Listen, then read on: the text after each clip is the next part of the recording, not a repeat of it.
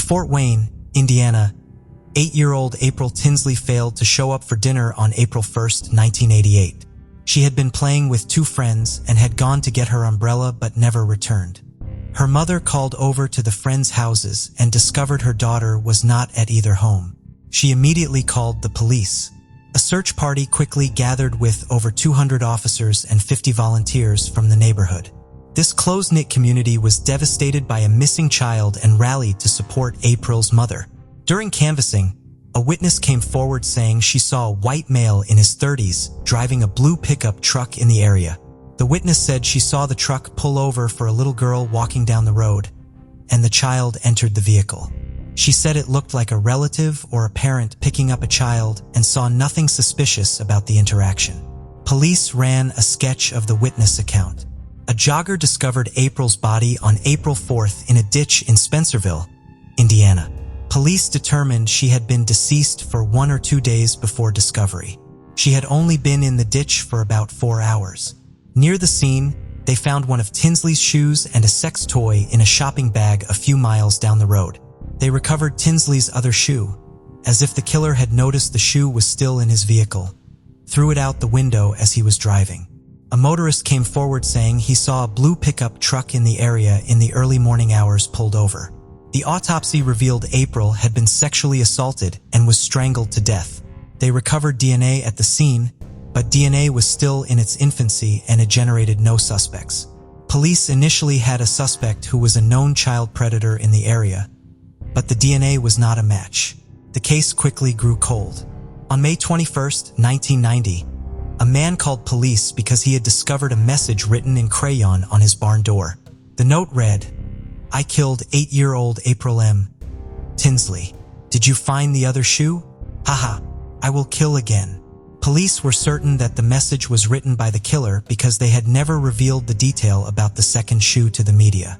There had been another murder in June of 1990, 7-year-old Sarah Jean Boker, and it was believed the two murders were connected. However, the FBI ruled that they were unrelated. In 2004, 4 notes were found in the Fort Wayne area believed to have been written by Tinsley's killer. 3 notes were left on girls' bicycles and another was left in a mailbox. The notes were placed in plastic bags along with used condoms and Polaroid pictures of a man's lower body. One of the notes read, "Hi honey, I have been watching you. I am the same person that kidnapped and rape-killed April Tinsley. You are my next if you don't report this to the police and I don't see this in the paper tomorrow or on the local news, I will blow up your house." The DNA in the condoms matched the DNA recovered from April's body. In 2005, the Tinsley family held a press conference asking for leads in the case, and in June 2009, Indiana authorities asked the FBI Child Abduction Task Force to help them solve the murder. The FBI profiled the killer as a white male in his 40s to 50s living in the area, who was a preferential child sex offender with a low to medium income. They believed he would be unlikely to contain his desires and would probably kill again. In 2009, the Tinsley murder was featured on America's Most Wanted, which ran a segment asking for tips. In 2015, a genetic reconstruction company released a snapshot composite sketch of a suspect based on how he would look according to his DNA. Police aged the suspect and re-released the photo in 2016. In 2018, the Fort Wayne Police Department sent a sample of the suspect's DNA to a company that used genealogy from public sources like Ancestry DNA or 23andMe to reverse engineer a family tree. From this, they narrowed the DNA down to 2 brothers. They began following the 2 brothers, one being 59-year-old John D. Miller. Using Miller's trash, they were able to make a positive match to the killer of April Tinsley. Detectives approached Miller, read him his rights, and asked if he knew why they were there. Miller replied, "April Tinsley." When he was arrested, he confessed and pleaded guilty. He was sentenced in 2019 to 80 years in prison. April's family have created a memorial garden called April's Garden. They hold an annual walk to honor April and other child victims. 18-year-old Tanya and 20-year-old Jay left Victoria, BC on a ferry to Port Angeles, Washington on November 18, 1987. Cook had borrowed his father's van for the trip and planned to camp overnight in Seattle and purchase some parts for Cook's father. The couple had been dating for 6 months. They both lived at home still and were excited for a getaway. Upon arrival in Port Angeles, they drove down Route 101 and boarded a second ferry to Seattle. The couple was last seen leaving the Bremerton Ferry Terminal, and when the couple did not return the next day as they had planned to, the families of the couple became concerned. And on November 20th, they called police. 4 days later, Tanya's half-naked body was recovered in a ditch by a rural road in Algiers, Washington. She had been raped, bound with zip ties, and shot in the head.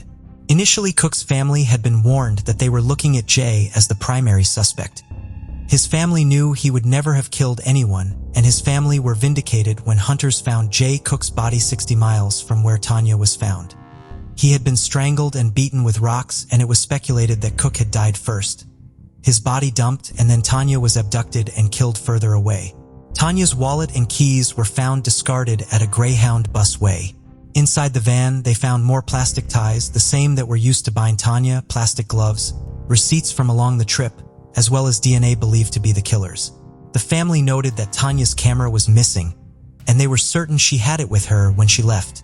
The DNA recovered didn't match anyone in any criminal databases, but because the killer had used gloves, the police speculated that the killer was taunting police, and they thought the killer may have experience with the prison system. Investigators believe that the couple had picked up a hitchhiker or perhaps even had met them on the ferry. For several years, the families of the victims received numerous cards taunting them for the deaths of their loved ones.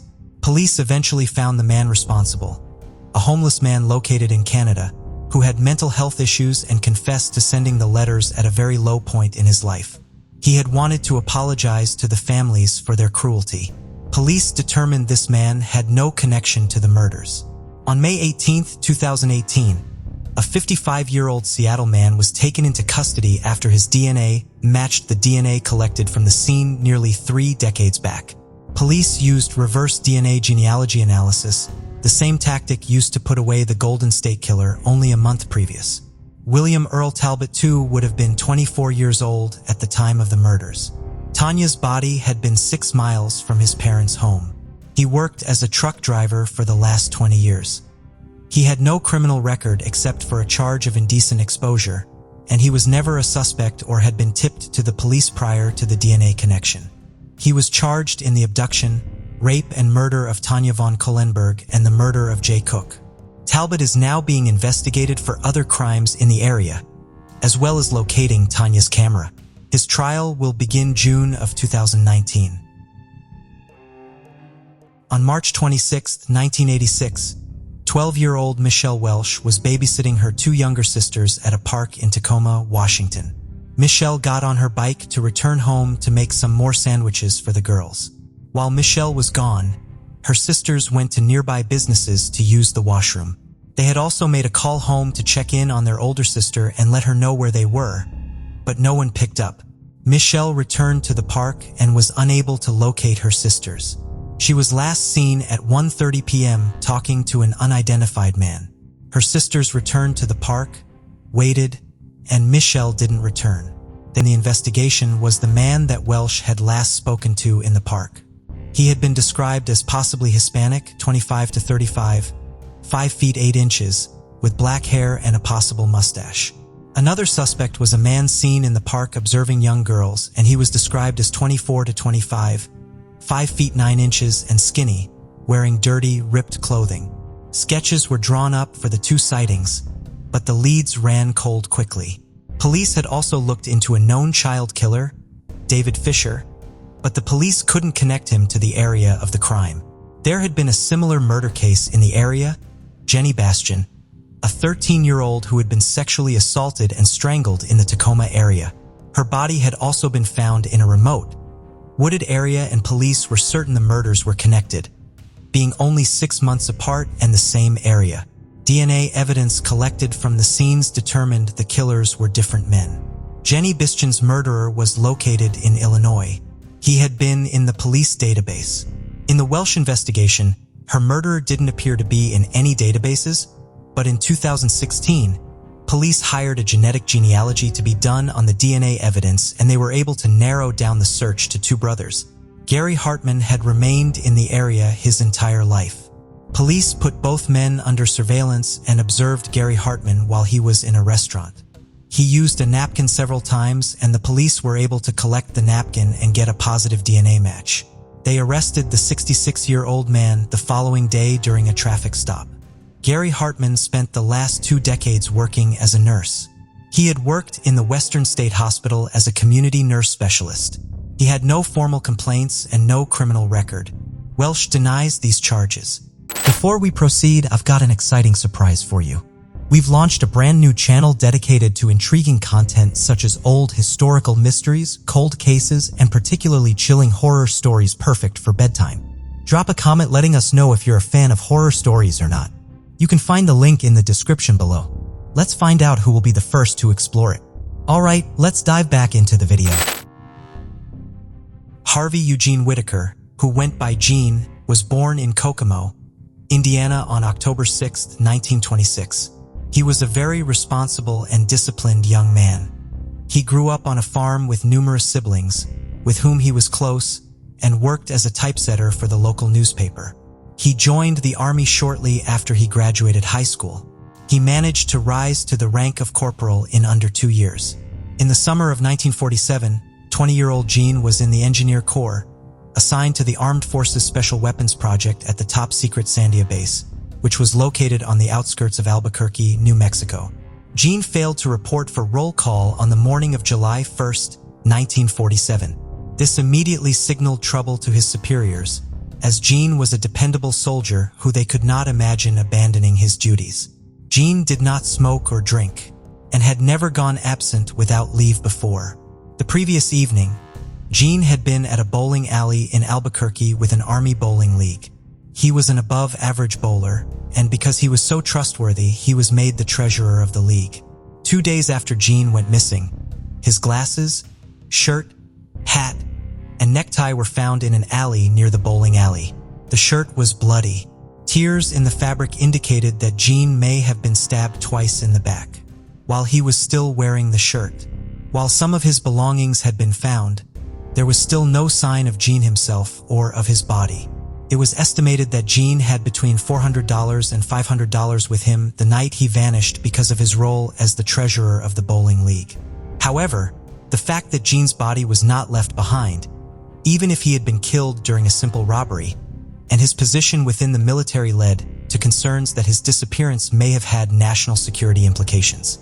The Armed Forces Special Weapons Project had taken over atomic weapons development from the Manhattan Project following World War II.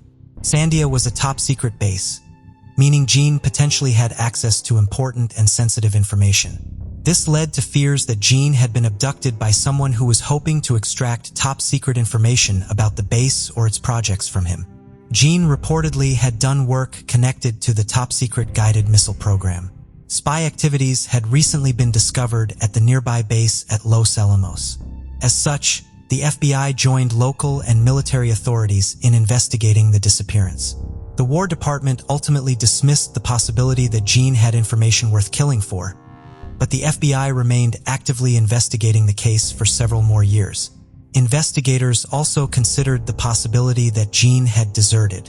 They questioned his family members and tapped their phones, hoping to find evidence of Gene contacting them. The last piece of correspondence between Gene and anyone in his family was a letter he sent to his sister Rose, but it was dated June 23rd, a week before he disappeared. Gene's bank account in Indiana was monitored but never touched. Gene was declared legally dead in January of 1954. Many, but not all of his relatives accepted the theory that he had been murdered during a robbery. His niece, Patty Mawson, however, believes that the circumstances surrounding her uncle's disappearance are highly suspicious and continues to work on his case to this day. She is upset that all of Gene's siblings died without knowing what happened to him and by the fact that he is still technically considered AWOL and a deserter by the Army. She has filed a Freedom of Information Act request to get files from the FBI about the case and told that approximately 200 pages from his file are available, although the copies she will receive will have certain information redacted. However, she has been waiting for more than 3 years to receive the documents and has been told that there are 485 requests ahead of hers that have to be fulfilled first. The items of jeans that were found in the alley also appear to have gone missing. They were never logged into evidence with police in Albuquerque, and federal agencies do not appear to have record of where they are. In addition to getting answers about what happened to her uncle, Patty hopes to locate these items. If she cannot honor her uncle by finding his remains and giving him a proper burial, she hopes to at least bury these items so that there will be a location where Jean can be memorialized. 17-year-old Ivonne Regler lived in Lorain, Ohio, and was a student at North Olmsted High School. Her best friend was her brother, Dan. It was only a year apart from her in age. On August 8, 1977, Ivonne reported for work at the Sunoco gas station on Lorain Road in North Olmsted, Ohio. She was only at the station for about an hour before she was asked to work instead at a station approximately 3 miles away in Fairview Park. The attendant working there that morning was a mechanic, and his skills were needed at the North Olmsted station.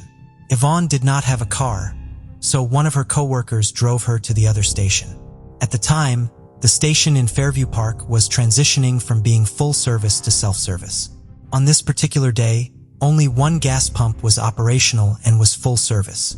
At 10:30 that morning, Ivonne spoke to one of her friends on the phone.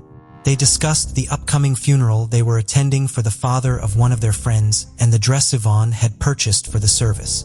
Despite the somber topic of conversation, the friend reported that Ivonne was in good spirits during this call.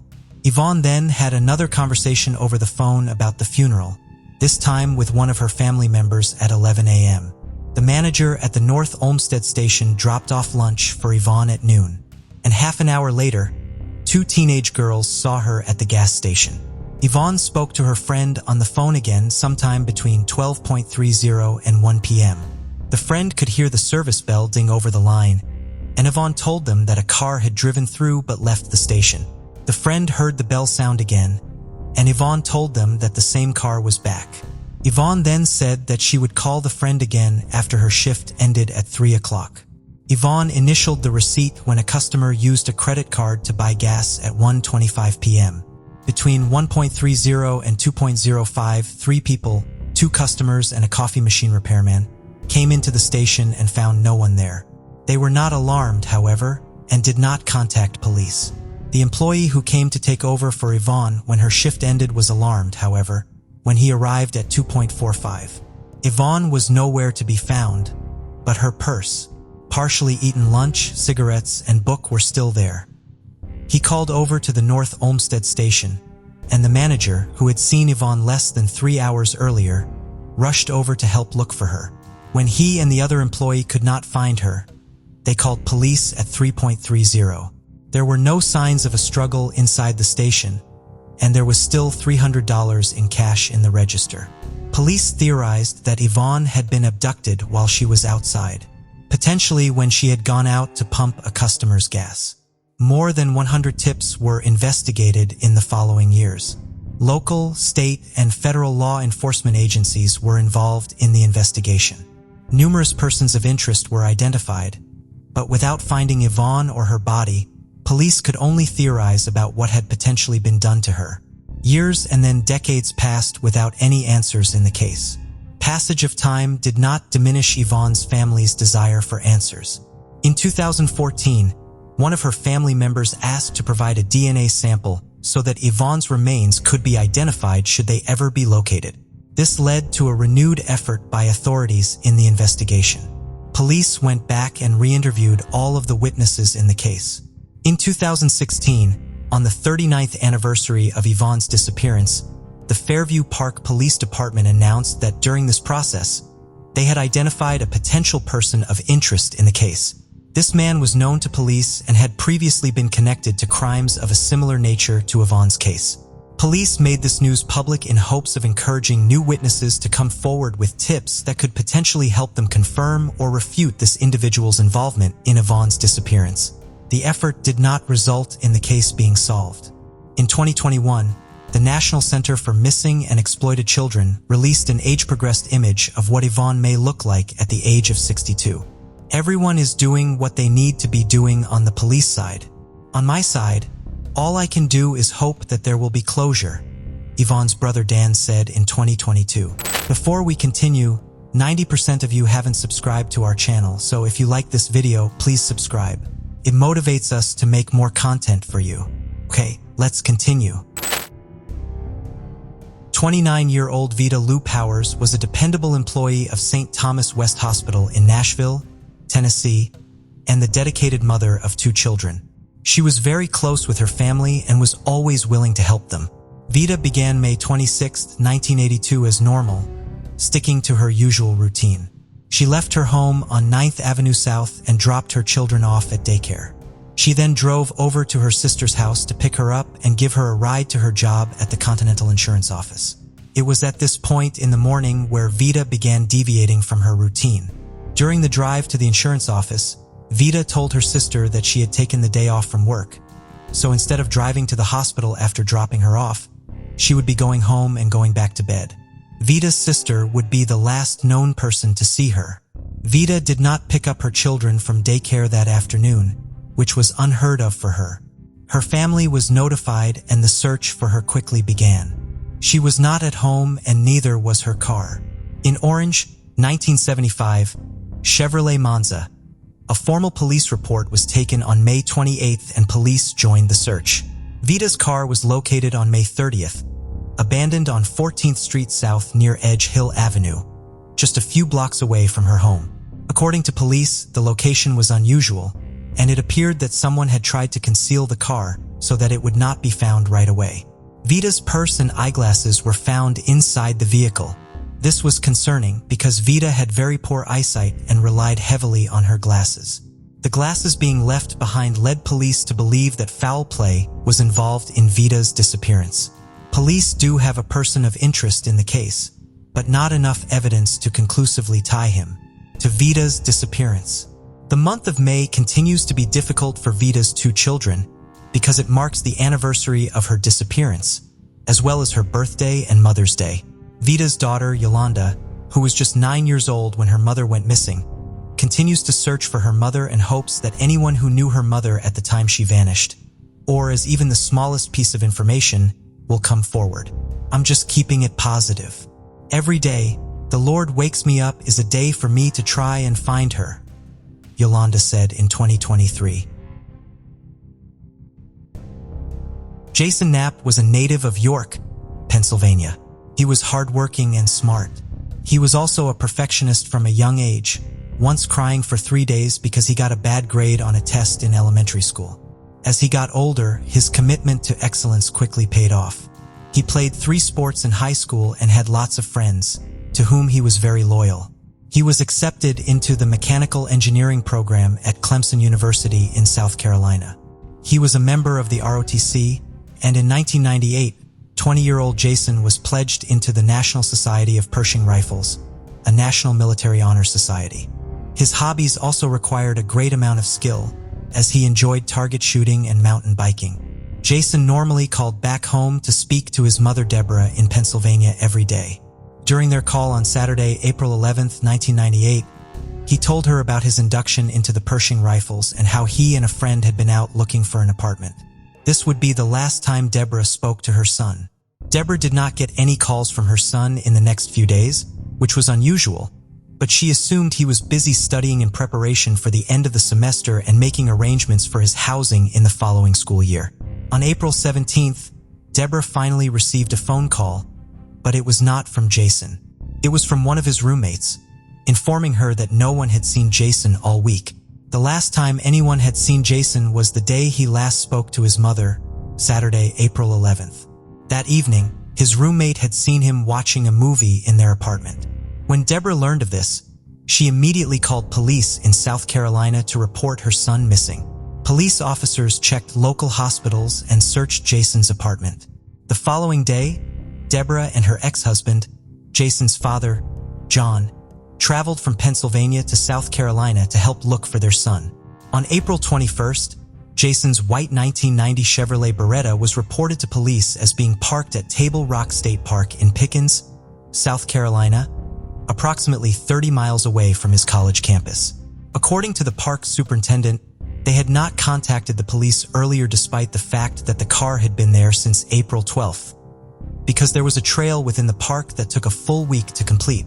Since there was a sticker on Jason's car indicating that he was an ROTC, park staff had assumed he would have had interest in hiking such a long trail and the physical strength and skills needed to complete it. Even when the car remained untouched after a week, they believed that its owner may have been too tired to drive after completing the long hike and had gotten a ride home and planned to come back for the car at a later time. When the car was still there on the 9th day, however, they became concerned and notified the authorities, who quickly connected the car to the active missing persons case. Authorities believe Jason entered the park between 3 and 5 p.m. on Sunday, April 12th, the day after his last phone conversation with his mother. His fingerprints were found on the park ticket, so they do believe Jason was the person who drove his car to the location. Table Rock State Park consists of thousands of acres, and much of it is wilderness. An extensive search was launched in the park, and a nearby lake was drained. No signs of Jason were found despite the massive effort, which took more than 2 weeks. Police say there were no signs of foul play in the park or in Jason's car. Jason withdrew $20 from his bank account the day before he disappeared, and his bank account has not been touched since. In 2017, Jason's parents made the difficult decision to have Jason declared legally dead. His father John's health was declining and his mother had medical issues as well. They hoped that the process would give them a chance to say goodbye to Jason before they passed away. The process was completed in January of 2018. A memorial marker was installed for Jason at Susquehanna Memorial Garden in his hometown. Passed away in 2019. Even 25 years after his disappearance, investigative efforts to find Jason are ongoing. In 2022, the National Center for Missing and Exploited Children released a new image of what Jason may look like today. Jason's mother, Deborah, had a bench installed in Jason's name at the Botanical Gardens at Clemson. She travels there yearly to remember her son and write him a letter, as part of her efforts to cope with his disappearance. She still hopes she will find answers about what became of her son within her lifetime. Pamela Holopainen grew up in the South Porcupine neighborhood of Timmins, a mining town in northern Ontario. Her mother, Holly Kautuk, was Inuit, and her family was originally from Nunavut. Like many Indigenous individuals in Canada, Holly was sent to a boarding school. She arrived at the school at the age of 14, and a year later she became pregnant with Pamela's older sister, Vanessa Brousseau. Pamela was born 2 years after Vanessa. Holly did her best to actively raise her daughters in their Inuit culture and teach them to embrace their heritage and their daily lives as much as possible.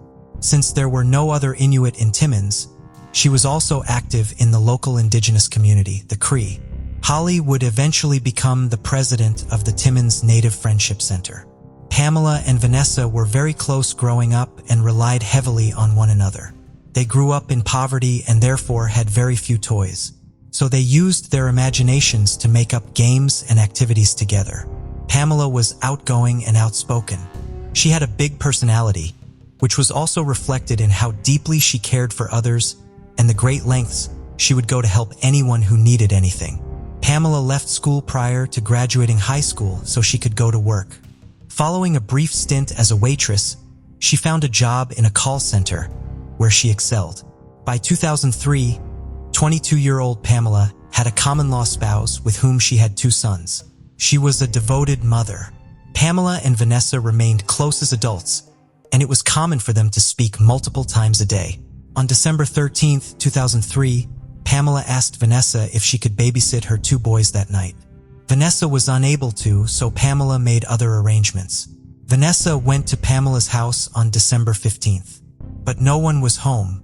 She continued visiting the house over the next few days to see her sister and drop off Christmas presents for her nephews, but no one was ever at the house. Vanessa assumed that they had gone to spend Christmas with Pamela's common-law spouse's family. Pamela did not call Vanessa on Christmas Day, which Vanessa was very upset about. On December 26th, Vanessa was able to speak with Pamela's landlord. They had not seen the family either. At this point, Vanessa was still under the assumption that her sister was with her common-law spouse's family and simply failing to call her. Vanessa learned that she was wrong on New Year's Eve. That day, Vanessa and her mother were at a bingo hall when a woman came up to them and asked if they had heard about Pamela. They said they did not, and the woman told them that Pamela had left her common-law spouse. Vanessa and Holly then asked where Pamela's children were. They were still with their father.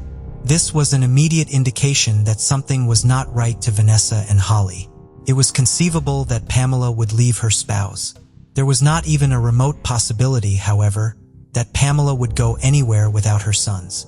Vanessa and Holly went to police to report Pamela missing. While they made the report as soon as they realized that something was wrong. It had been more than 2 weeks since anyone had seen Pamela. She had attended a house party on the evening of December 13th and had left it in the early morning hours of the 14th after reportedly getting into an argument with her common-law spouse and saying she would walk home. Police were not concerned about Pamela's disappearance, telling Vanessa and Holly that Pamela was probably out drinking and would reappear in a few days, a conclusion with no supporting evidence. Understandably frustrated by this disregard for Pamela's well-being, began their own search, organizing friends and family members to create and distribute flyers and to search for Pamela. For months after Pamela went missing, when police finally began investigating Pamela's disappearance, they told her family that they believed Pamela was a sex worker in Hamilton, Ontario. They supported this claim with 2 nude pictures Pamela had taken of herself, presumably for her common-law spouse, that had been found on her personal computer. The case was eventually taken over by the Ontario Provincial Police, but the investigator assigned to the case faced allegations of attempted murder and arson and spent time in jail. In 2013, the case was sent back to police in Timmins, who told Pamela's sister Vanessa that the case was not active. Pamela's mother Holly passed away on December 31st, 2007, exactly 4 years to the day after she reported her daughter missing to police. Vanessa Brousseau continues to advocate and search for her sister. She is active on social media, sharing her sister's story as well as stories of the challenges facing Indigenous people in Canada. Robert Willie Pickton. His case and subsequent trial had been particularly unsettling to me because his killing grounds were close to my hometown. He is sought to have killed upwards of 49 people and was convicted of 27. The manner in which he disposed of their bodies was also horrific. For a long time, it was something a lot of people talked about often. You just never think this kind of thing happens in your backyard. But now, the farm that once was the scene of many people's horrific end has now been paved over and is a strip mall. The world moves on, but for the victims, we should continue talking. It also serves as a reminder to a younger generation that hasn't been told to be careful because bad people can lurk in the most inconspicuous of places. Robert Pickton, who preferred to be called Willie, was born October 24th, 1949 in Port Coquitlam, British Columbia.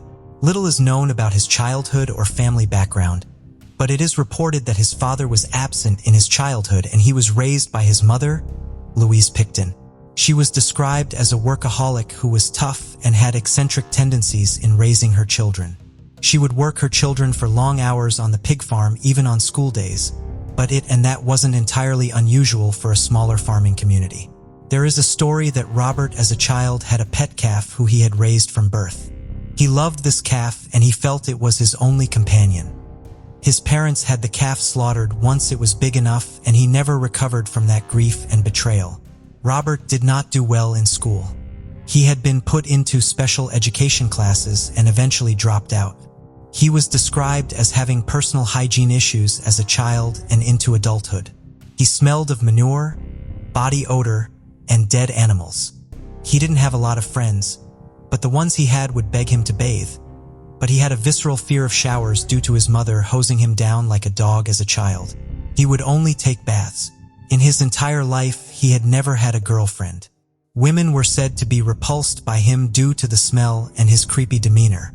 He was awkward, he had an off-putting sense of humor, and he unsettled people. He would spend most of his life in isolation. When both of his parents had passed, Pickton and his siblings sold off most of the family pig farm to urban development, reducing the farm to 6.5 hectares. After the reduction, they still maintained a small-scale livestock operation. Pickton lived on the property in a small trailer home. In 1996, he and his brother established the Piggy Palace Good Times Society, which they registered federally as a charity that had an alleged mandate to raise funds for service through special events such as dances and shows. The society would host massive parties. Neighbors complained of the rowdiness, drug use, drunkenness, and noise from parties attended by as many as 1,700 people. Frequent guests of these parties were members of the Hells Angels as well as many sex trade workers from the downtown east side. The surrounding community was not happy with what loophole to hold unsavory days-on-end gatherings, and in 2000 the city of Port Coquitlam disbanded the charity due to the brothers failing to report their financial statements. I wanted to interject for a minute and set the scene for the victims. For decades leading up to Pickton being caught and all the way to this year, women were and are still going missing. Women in high-risk runaways are vulnerable, and the late 80s and 90s were a particularly scary time because the increasing frequency women were going missing and no one could figure out where they were going. Women would try to protect themselves by walking in groups, taking down license plate numbers of vehicles, but women just kept going missing, and because of the transient nature of the victims, the police did very little to investigate. The Canadian RCMP did create a special team to investigate the disappearances, but the team was disbanded in 1989 due to limited progress. In 1991, Family of Missing Women and Advocates for Sex Trade Workers established an annual Valentine's Day Remembrance Walk as a memorial to murdered and missing victims. The people of British Columbia wanted answers, and the police were sluggish to respond. And at this point, there were no bodies, so to police, these were just missing women who could have up and left. As we know now, they didn't. In 1997, Pickton had actually been arrested for kidnapping and stabbing a sex trade worker. She later testified she had been picked up by Pickton. He had taken her back to his property, and he had attempted to handcuff her. She was stabbed in the abdomen when she resisted being handcuffed, and she managed to wrestle the knife from him and ended up stabbing him back. Then she was able to run to a road, wave down an oncoming vehicle, and receive treatment at the hospital. Pickton called an ambulance and received treatment at the same hospital, and he was later arrested there. He was charged with attempted murder, assault with a weapon, and forcible confinement, but the charges were stayed and eventually dropped because the woman, whose name was placed under the protection of the publication ban by the courts, was a drug addict and not considered to be a competent witness. Pickton claimed she was just a hitchhiker who had attacked him, and he was released from prison. The police had a second opportunity to arrest Pickton had they taken this next tip seriously. In the spring of 1999, an employee of the farm told the Vancouver police that a sex trade worker and drug addict named Lynn Ellingson had seen a woman's body hanging in Pickton's slaughterhouse. When questioned by police, Ellingson initially denied the story. Only much later did she had in fact seen the body but didn't report it because she was afraid of Pickton and also depended on him for money for drugs. This report had not been investigated by police despite Pickton consenting for police to search the property. It is estimated that had the police gone to the farm, it could have saved at least 10 lives. Around this year, there had been a significant spike as Pickton got more confident with killing and barely bothered hiding any potential evidence. An employee of the farm, Bill Hiscox, described the property as creepy and described Pickton as exhibiting bizarre behavior that would draw negative attention to himself. He had made several connections to women he had seen on the property and women that had gone missing in the area.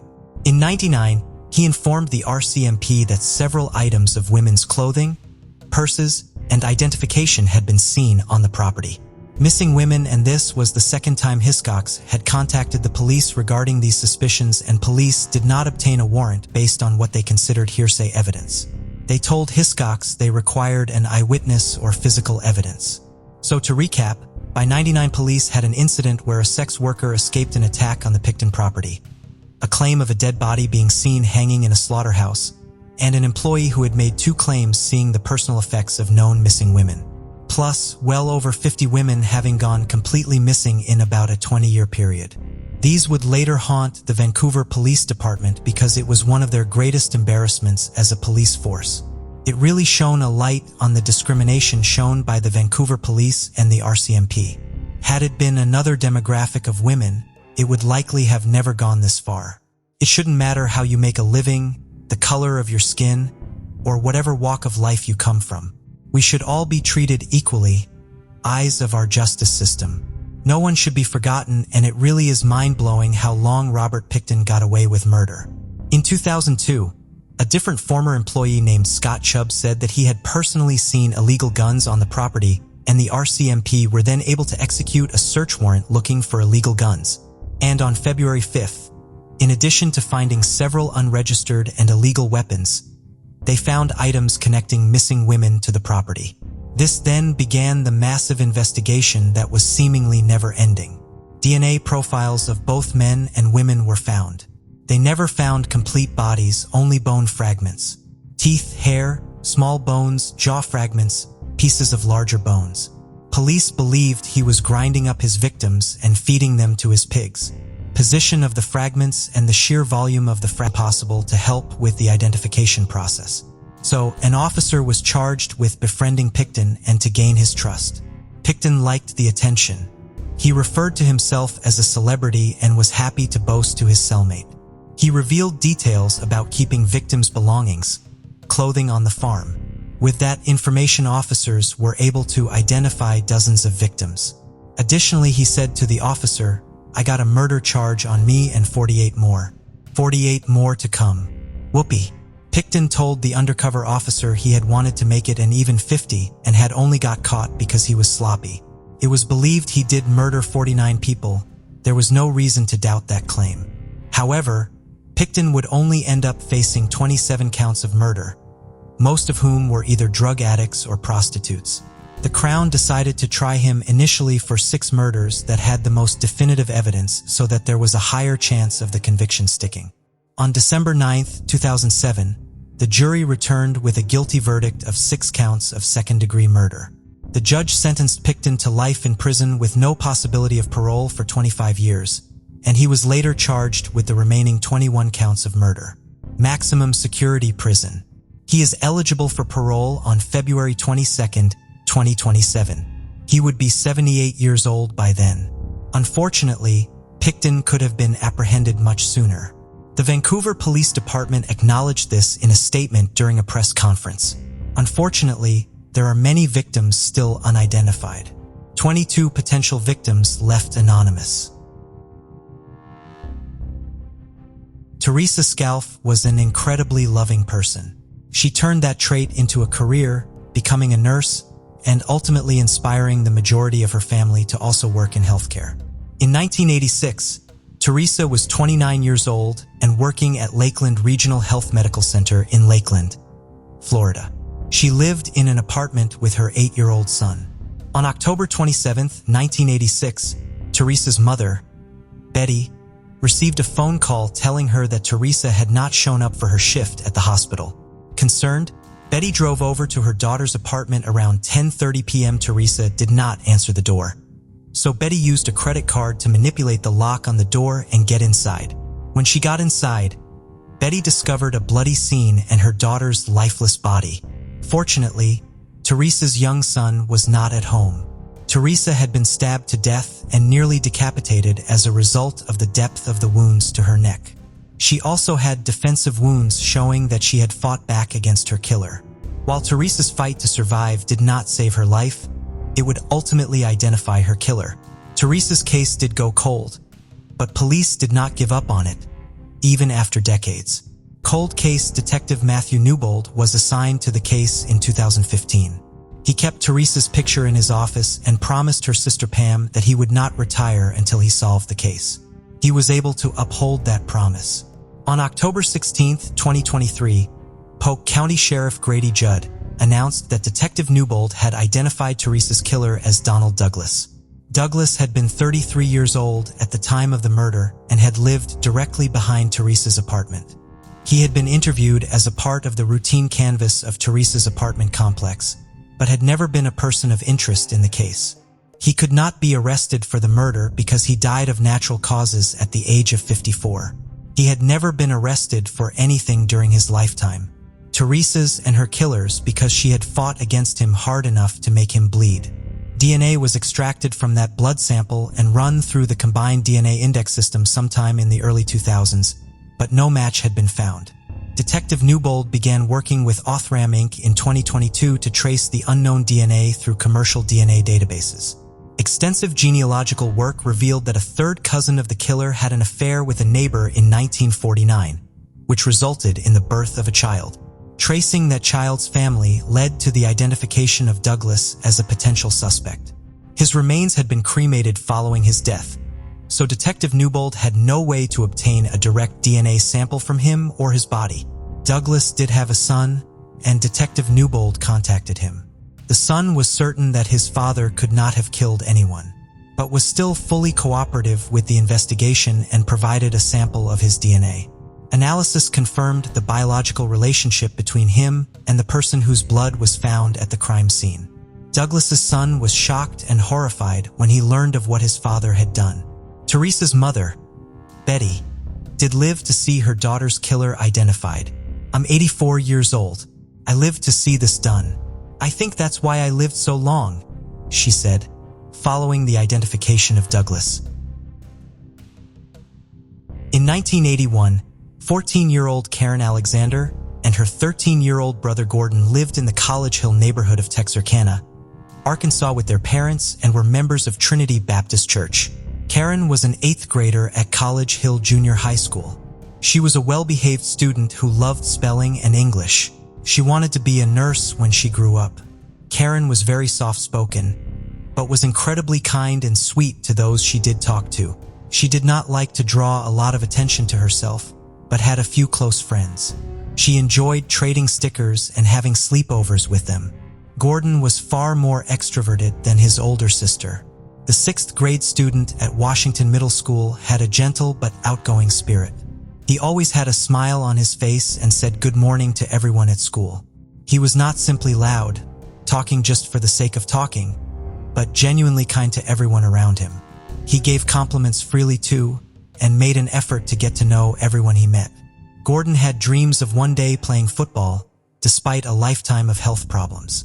These health concerns and their effects, like a special shoe he had to wear to account for a difference between the length of his legs, sometimes made him a target for bullies, but their actions did not tarnish his spirit.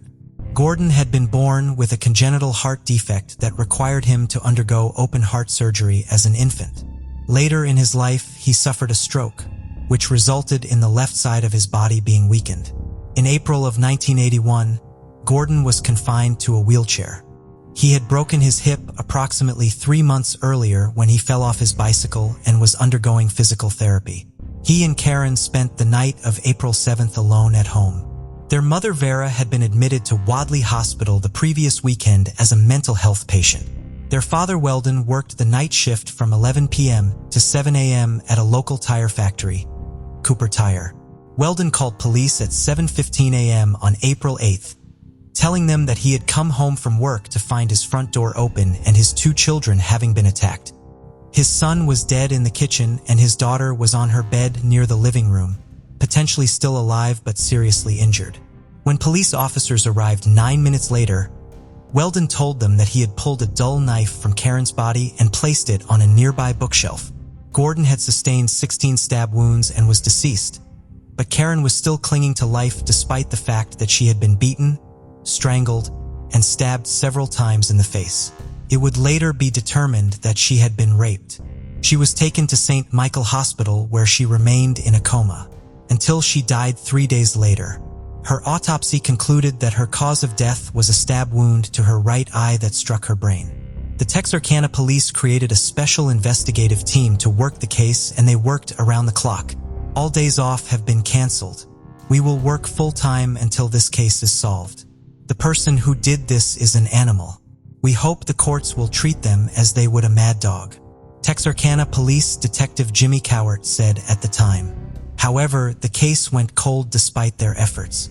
Henry Lee Lucas would later claim responsibility for the murders, but his confession, like almost all of the hundreds of confessions he made to garner attention and special treatment from law enforcement, was proven to be a lie. Gordon and Karen's mother, Vera, took her own life just 3 years after her children were killed at the age of 37. Calvin Seward was a patrolman with the Texarkana Police Department who was assigned to the Alexander investigation shortly after the murders occurred. The case was a difficult one for him as he had children the same age as Karen and Gordon, including a daughter who was one of Karen's classmates. Officer Seward was promoted to sergeant and then captain with the department before he retired from it in 2004. He went on to work with the U.S. Marshals and the Texarkana Airport Police for another 18 years before retiring again. Captain Seward had never lost his desire to solve Karen and Gordon's case. In February of 2022, he received permission to work on it on a volunteer basis. He conducted numerous interviews and reviewed several pieces of forensic evidence. He then began working with forensic criminologist Dr. Todd Steffi, as well as Kelly Dixon.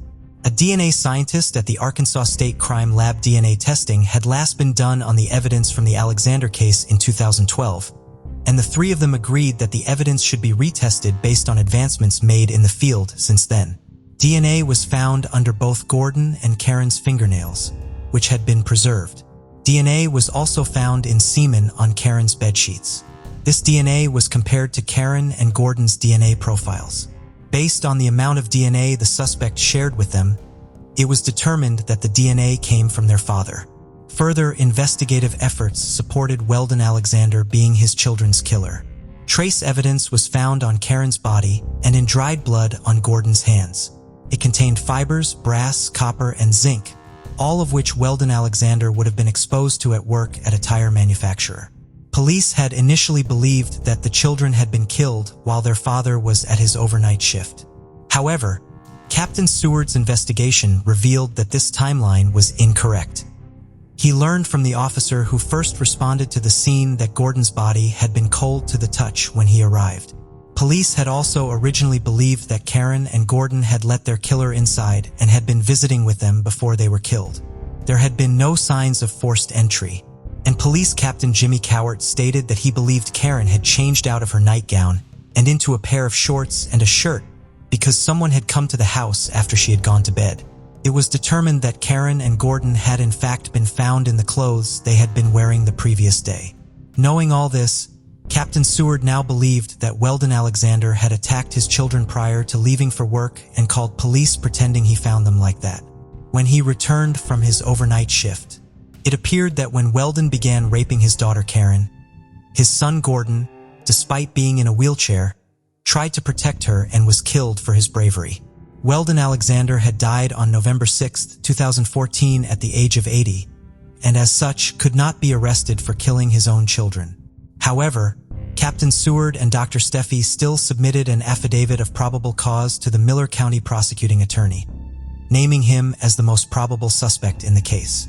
In a letter dated October 11, 2023, Miller County prosecuting attorney Connie Mitchell stated, "After reviewing your comprehensive report and meeting with you personally to discuss the case, your findings and theories, it is my opinion that Weldon Alexander, father to Karen Alexander and Gordon Alexander, is the sole viable suspect in their murder. I believe probable cause exists for the issuance of a warrant for 2 counts of capital murder. While this warrant could not be issued, finally having answers in the case will hopefully be beneficial to those who loved Karen and Gordon and never gave up on solving their murders." At the press conference announcing the resolution of the investigation, Police Chief Michael, "It is our hope that the friends and remaining family of Gordon and Karen Alexander may find some peace in knowing that scientific and circumstantial evidence has been revealed sufficient to resolve this 42-year-old case." Travis Vanderweel pleads guilty to misdemeanor, disorderly conduct, and resigns following a video of him kneeing and punching a suspect brought in on a theft case. The victim, Terrell James Johnson, was held by at least 5 officers, gagged and tied down to a chair while he was beaten. The incident had occurred in 2016 and he had been on paid administrative leave for the past 2 years. In the video, Johnson is seen pleading with the officers to not kill him and crying out that they were using excessive force. Vanderweel responds by saying, "You ain't seen excessive force yet."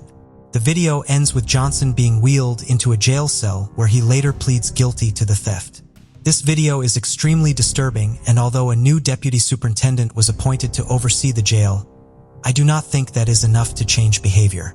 Although one jailer was doing the beating, 5 officers held him down and several others were standing around watching. This was not the first time.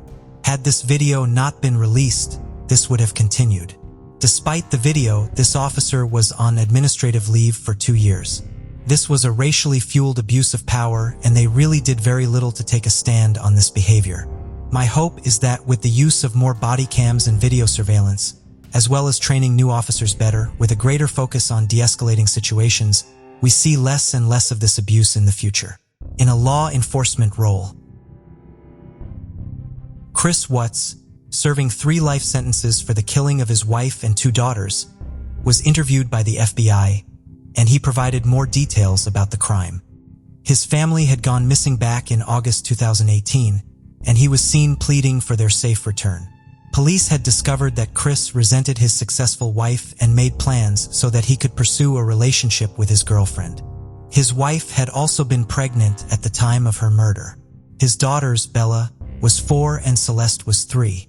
He has yet to reveal why he decided to kill his family. The FBI has released those transcripts, and if you would like a more detailed video, let me know.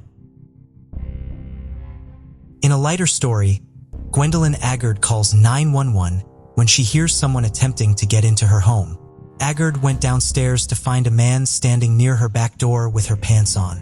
She screamed at the man, "Mother effer, if you come any further, you're a dead son of a bee."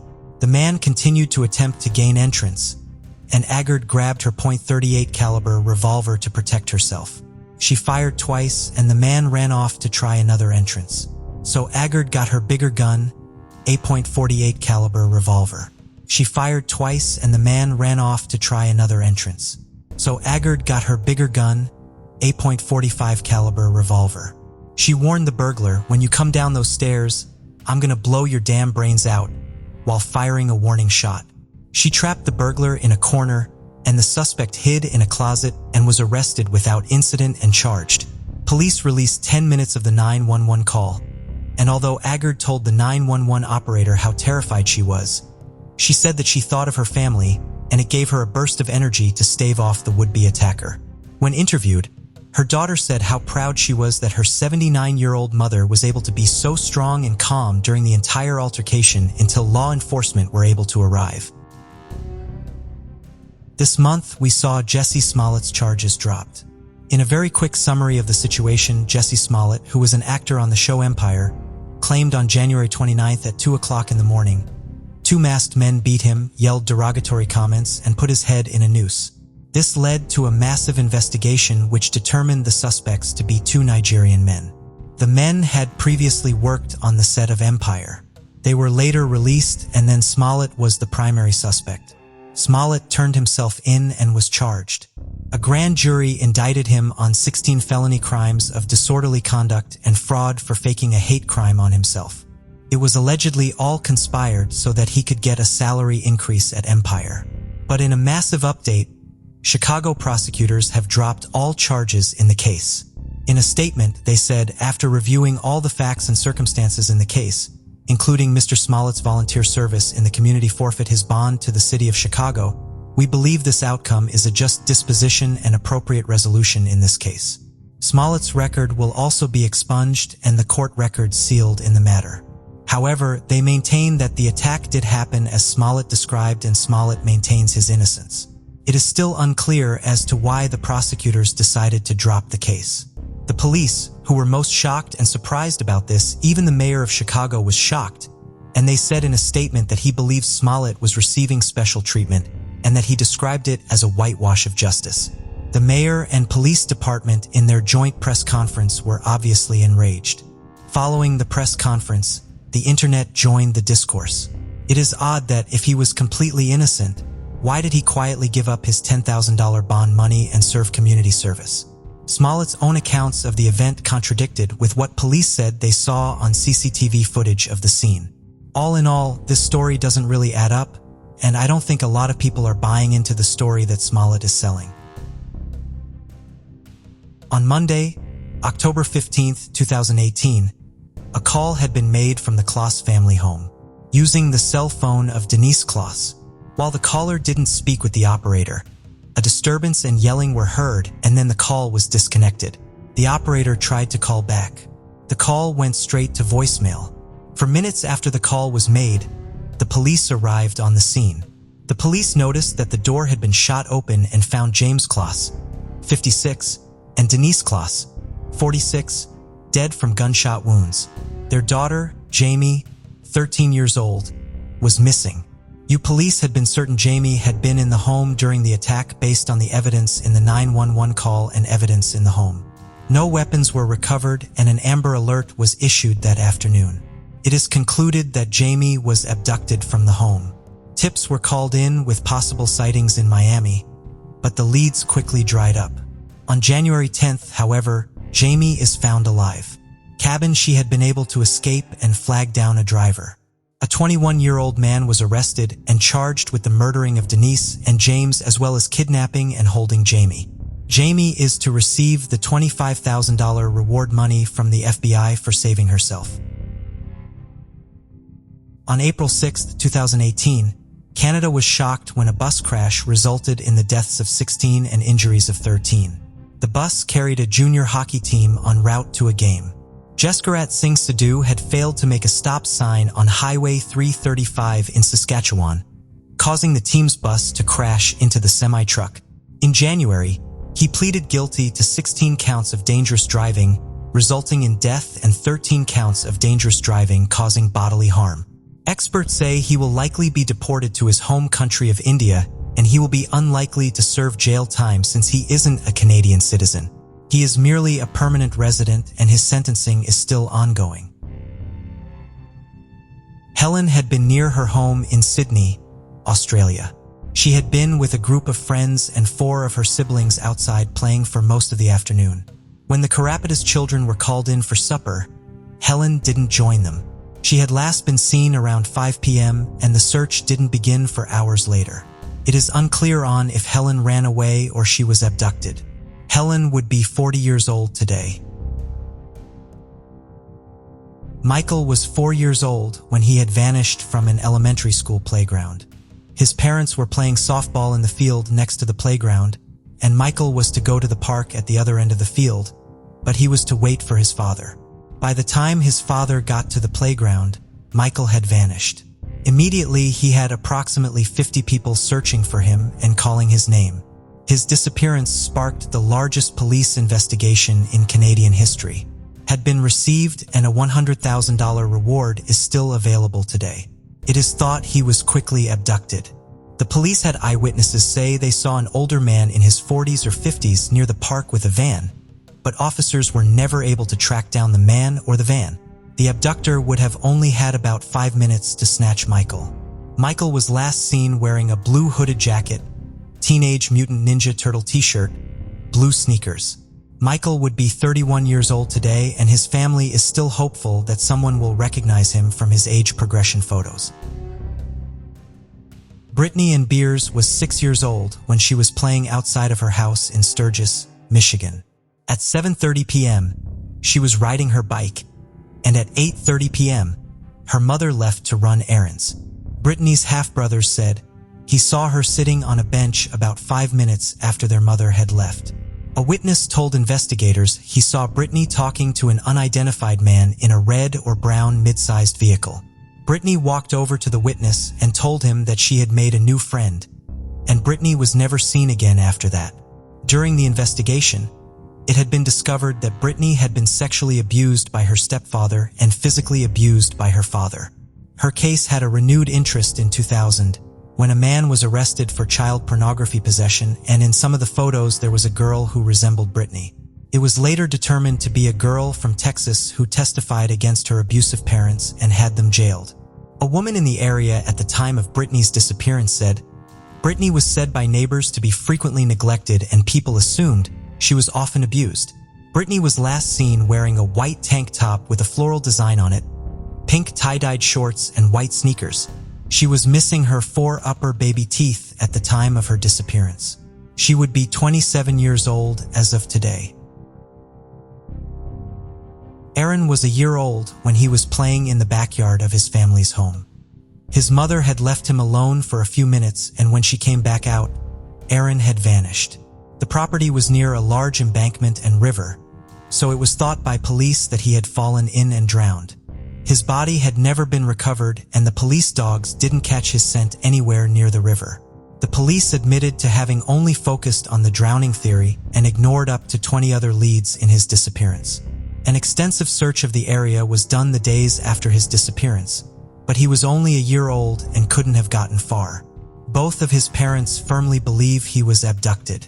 Aaron has a white birthmark on his lower abdomen, and he had an enlarged head as a child. Aaron Mitchell Anderson would be 32 today. John Jack Cummings was a student at the University of Wisconsin in 1942 when he enlisted in the Army. On January 23, 1945, his parents, Helen and Leo, received a telegraph at their home in Juneau, Wisconsin, informing them that their son was missing in action. Initial military records listed the date of Jack going missing as January 4, 1945, but this date was a few days off. Late on December 31, 1944, the German Army launched Operation Nordwind, their last large-scale offensive on the Western Front, against the U.S. 7th Army, which had been thinly spread along a 68-mile-long front line. At the time, Jack was a member of Company A, 276th Infantry Regiment, 70th Infantry Division, which had arrived at the banks of the Rhine River 2 days earlier to reinforce the Alsace area. The men of Company A were spaced out along the French side of the river in foxholes and ordered to watch out for German soldiers across the river. They were also instructed to remove any unit patches or other identifying information from their uniforms to prevent the Germans from obtaining information about troop movements in the event any of them were captured. This order would unfortunately later make the identification of the remains of soldiers killed in action more difficult. On December 31st, 22-year-old Jack was stationed in a foxhole roughly 10 yards back from the riverbank near the French village of Neuhäusel, armed with a Browning automatic rifle. 2 of his fellow soldiers saw him there early that night, just as it was getting dark, and he reported that he was fine. Sometime later, however, they heard machine gun fire and rushed back to Jack's position. When they arrived, instead of finding Jack, they found his helmet with a bullet hole in it and a bloody piece of skull. Jack's weapon and equipment were also gone. They were drag marks in the ground down to the river. The Army officially confirmed that Jack was dead in November of 1945. A report from the Army stated, "It can be presumed that Cummings was killed by the enemy and his body thrown into the Rhine River. Further search for the remains of this soldier would be futile." Jack's family was not so easily convinced that finding Jack's remains and having them returned home for burial was a lost cause. They received limited information from the Army as months and years passed, but tried to be active in the search for Jack's body. In 1947, Jack's mother Helen wrote to the Army about offering a reward in Germany for information that would lead them to Jack's remains. She was willing to pay for such a reward, but was asking for the Army's help in spreading information about the reward within Germany. The Army told Helen that they could not help her. Both Helen and her husband Leo would die without seeing their son's remains returned home. Leo passed away in 1963 and Helen passed away in 1972. Jack's younger sister Mary Ellen eventually married, and she and her husband had 12 children. According to one of those children, Jack's nephew, Mark Hartzheim, his grandparents rarely discussed his Uncle Jack. They just never talked about this much. That was typical, I think, of people from that generation. They compartmentalized things and internalized them and didn't dwell on them. But I'm sure it haunted them and troubled them the rest of their lives. He told the Washington Post in 2018. It would be Mark who set in motion the events that ultimately led to Jack's remains being identified and returned to the United States. He began doing research on his uncle, and in 2014, he signed up to attend a government-sponsored meeting for family members of missing in action soldiers. Once he did so, a government historian named Ian Spurgeon was assigned to revisit Jack's case. When he began his work on Jack's case, Ian found that Jack's files had not been accessed for decades. He began using these files, the National Archives, and a Defense POW-MIA accounting agency database of locations where the remains of unidentified World War II servicemen had been recovered. Ian focused on the area where Jack had gone missing and presumably been killed, and came across an account of a soldier working for the American Graves Registration Command in a grave he had discovered in Eifsheim, Germany, right across the Rhine River from Jack's last post. In 1946, the mayor of Eifsheim told this soldier that another American soldier was buried in the area. The grave was roughly 30 yards away from the river, behind a German pillbox. It was marked with a wooden cross, on which was written, in German, "Here lies a fallen USA soldier. and the date of December 31st, 1944. The grave's registration soldier was able to speak to a former German soldier who had helped bury the American soldier and still lived in the area. He confirmed that the soldier buried in the grave was an American. The nameless soldier had been killed near New Household by members of a German raiding party that had attacked across the river on New Year's Eve of 1944. On May 10, 1946, the remains were exhumed. By this time, only the soldier's skeleton remained, and there were only scraps of his clothing left. No dog tags were found with the remains, since the soldier could not be identified. The remains were given the designation X-6454 and ultimately buried in an American cemetery in France, known today as the Lorraine American Cemetery, along with thousands of other unidentified American servicemen. Ian then began the process of filing a request with the Army to exhume the remains in order to scientifically analyze them to confirm if they belonged to Jack Cummings. He conducted further research and eliminated other soldiers as potential matches before making the formal request. The Army agreed to it, and the remains designated as X-6454 were disinterred in October of 2016 and flown to Offutt Air Force Base in Nebraska for testing at a Defense POWMIA Accounting Agency laboratory. The bones were examined by anthropologists, and Jack's relatives provided samples of their DNA for comparison. On July 23, 2018, Mark Hartzheim was driving his 7-year-old son to the movies when he received a phone call informing him that the remains had been confirmed to be those of his uncle, Jack Cummings. On October 13, 2018, Jack was buried with honors in Hazelhurst, Wisconsin, next to his parents. His sister, Mary Ellen, who was just 17 years old when her brother was killed, was still alive at age 91 to see her brother finally return home. Lawrence Everett Dixon was born in 1920 and was a native of South Carolina. He loved music and taught himself how to play the guitar. He had a warm and friendly personality, according to those who knew him. Lawrence eventually moved north to New York City and studied chemistry for 2 years at the City College of New York. While still in New York, he married his wife, Phyllis, in November of 1941. The following July, the couple welcomed their daughter Marla. When World War II broke out, Lawrence joined the Army Air Forces and became one of 900 African-American pilots who trained at the segregated Tuskegee Army Airfield in Alabama. He graduated from flight training on March 25, 1943 in Class 43C. That December, he became one of 400 Tuskegee airmen who flew overseas during the war, when he deployed to Italy with the 100th Fighter Squadron. In the following year, he flew over 60 missions and was awarded the Distinguished Flying Cross. Captain Dixon would have been eligible to temporarily return home on leave after flying 70 missions. At the time, weight pilots received their leave after flying 50 missions. On December 23, 1944, 24-year-old Captain Dixon took off for his 68th mission in his P-51D Mustang at Ramitelli Air Base in southern Italy.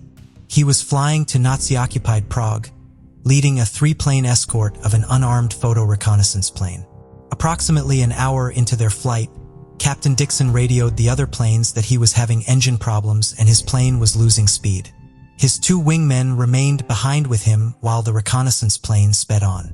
They stayed with Captain Dixon's plane as he turned around trying to head back to base. Captain Dixon then began losing altitude and started to look for somewhere to land his plane or bail out of it.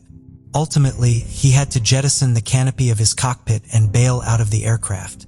According to Second Lieutenant Robert L. Martin, he had to swerve his own plane to avoid being hit by the now unpiloted plane. And when he was able to look back out of his window, he could not see Captain Dixon's parachute or any other indication of where he had landed. At the time, he believed they were in a mountainous area near the town of Darvisio in northeastern Italy. Lieutenant Martin and the other wingmen circled the area looking for any signs of where Captain Dixon was. But heavy snow on the ground hampered their efforts and they saw nothing. They began returning to base, but turned around to look for the crash site one more time. They again saw nothing. They finally flew back to Ramitelli and reported the crash, but no further searches were launched at the time. Captain Dixon's wife, Phyllis, was notified that he was missing in action on January 8, 1945. She spent months writing to the War Department asking for updates about her husband. At first, she held out hope that he might still be alive, but in need of help, writing, "I can't even sleep for thinking about him being sick somewhere," and not having anyone to care for him properly. Months would go by without any information, leading her to say in a July letter, "Please believe me when I say I have been greatly distressed. I have tried to be brave, but it really has been an effort. I meet the mailman daily, hoping and praying for some news, but so far, none." The Army conducted investigations into Captain Dixon's crash in 1946 and 1948. The reference located other crash sites, but not Captain Dixon's. The Army declared his remains unrecoverable on September 29, 1949. Captain Dixon's wife, Phyllis, would never receive the news of her husband she tried so hard to get from the Army. She passed away on December 28, 2017, at the age of 96. Less than a year later, however, her daughter, Marla, would finally get answers about her father's fate. Phyllis had died knowing that efforts were being made to finally locate her husband's remains. In the summer of 2017, the family had been notified by the Army's past conflict reparations branch that new efforts were being launched to locate where Captain Dixon had crashed, thanks to testimony from witnesses and the examination of wartime German records. The Army had learned of a crash site with wreckage consistent with the aircraft Captain Dixon had been flying on his final mission.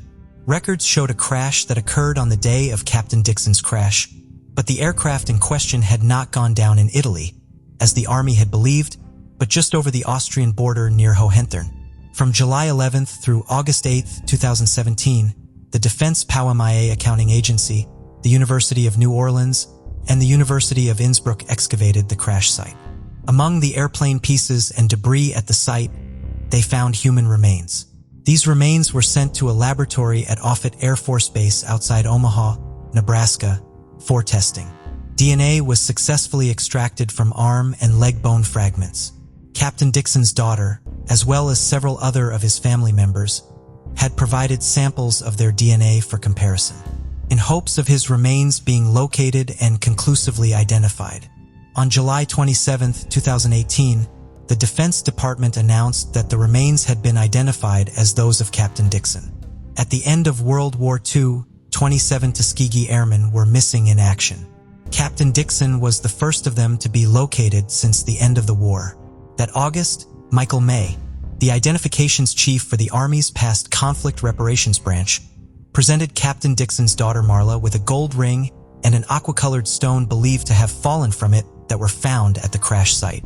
The ring was inscribed with her parents' initials, a heart, and the date of her father's 23rd birthday. Marla believed the ring was a gift from her mother to her father for his birthday. He had loved the color aqua. Small portions of a harmonica and a small cross found amongst the debris at the crash site were also returned to Marla. Captain Dixon's wife, Phyllis, had remarried and had 2 more children, so Marla grew up with siblings and a stepfather. However, she never stopped missing her father or feeling as though her life would have been different had she not felt the void his loss had left in her life. She was always looking for ways to connect with her father and kept his files and displayed his photographs in her home. Her father's wingman, Lieutenant Robert L. Martin, wrote her a letter detailing her father's final mission some 50 years after the war ended, so that she would know as much of his story as possible. The act of writing to you so many years after brings to me a sadness, and yet I hope it will bring you a moment of peaceful remembrance of a loving father whom you lost, Lieutenant Martin wrote. He passed away at his home in Olympia Fields, Illinois, the day before the announcement of Captain Dixon's remains being formally identified was made. He was 99 years old. Lieutenant Martin's daughter, Gabrielle, came in her father's place to honor Captain Dixon when he finally received a proper burial. On March 22, 2019, nearly 75 years after his death, Captain Dixon was laid to rest at Arlington National Cemetery. His daughter and the grandchildren he never got to meet were there for the service and to receive the flag from his casket. At the beginning of 1972, 9-year-old Deborah Lynn Randall was a 3rd grader at Pine Forest Elementary School and living with her family in Marietta, Georgia. She loved playing with dolls, but was also known as the queen of her neighborhood baseball team. Her favorite person to play baseball with was Melvin, one of her two older brothers. On January 13, 1972, 10-year-old Melvin was feeling sick.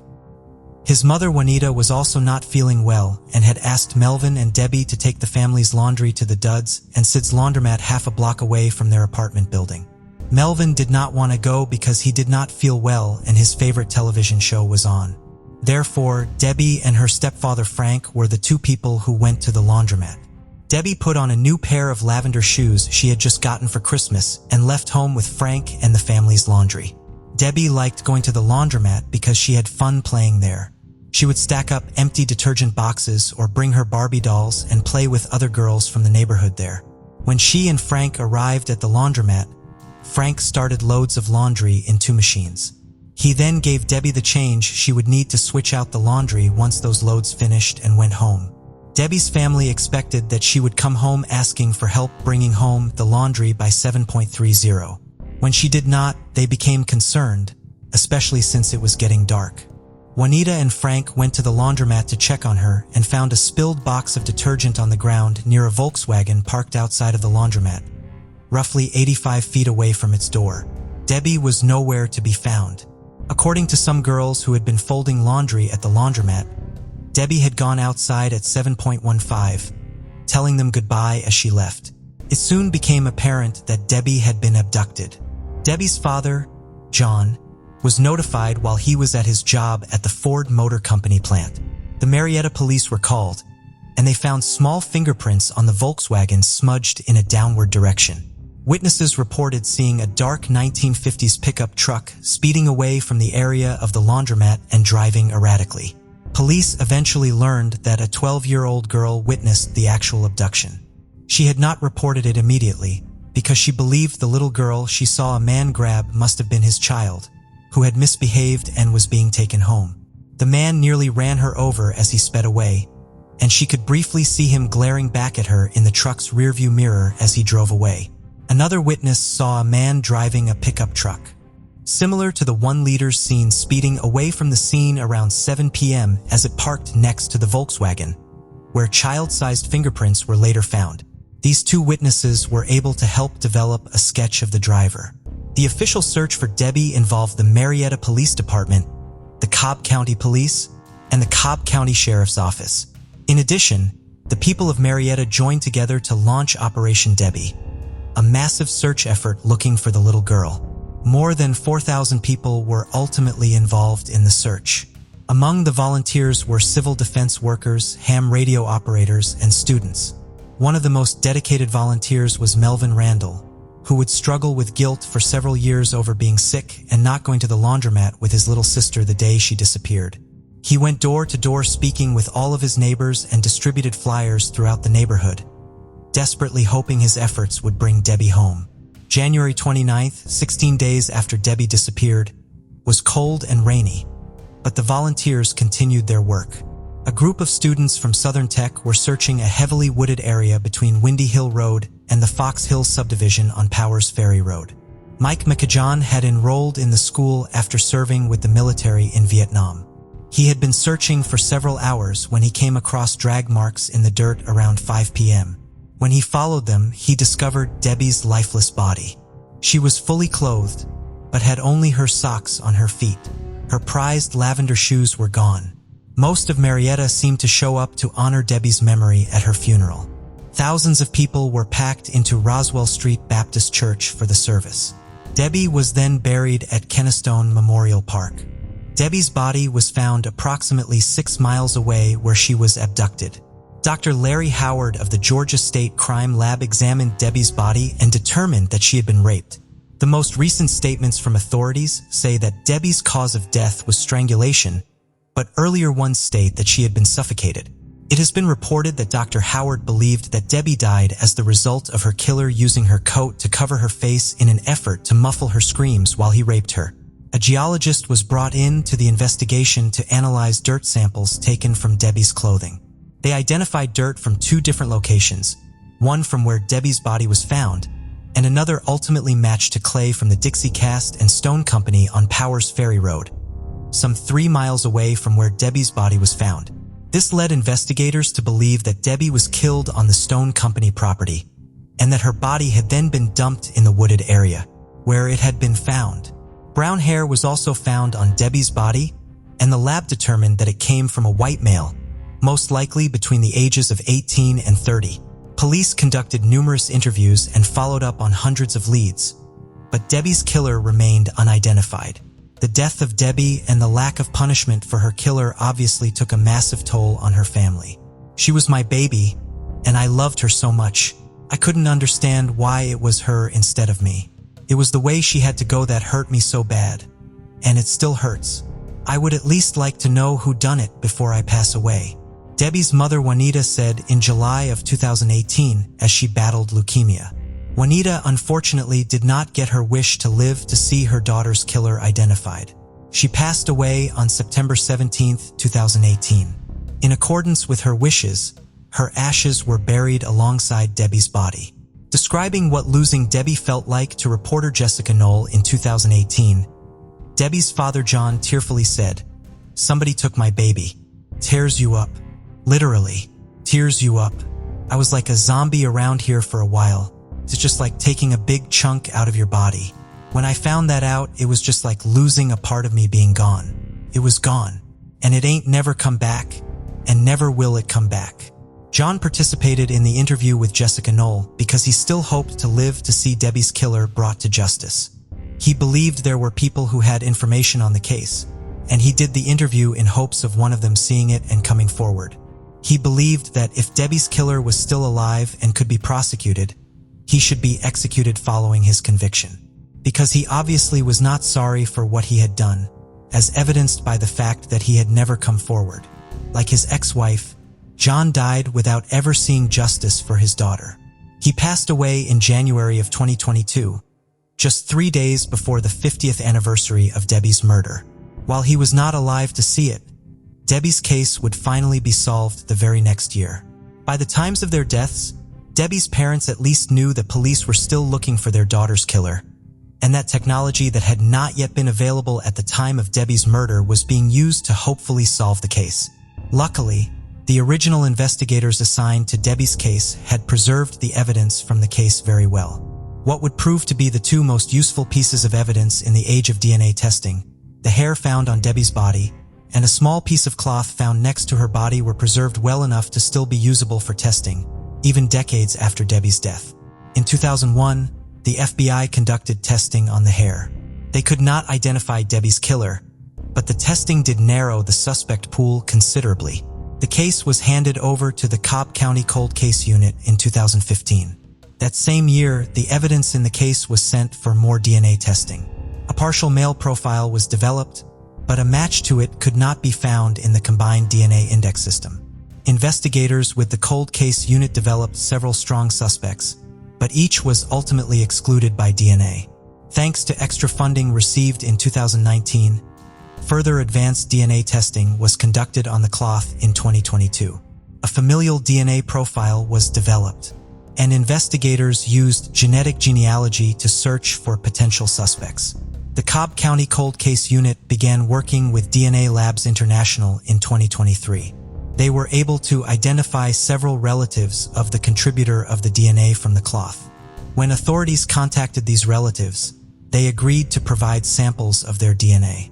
Comparing their DNA with the DNA from the cloth helped give investigators a better idea of how each one of them was related to Debbie's killer.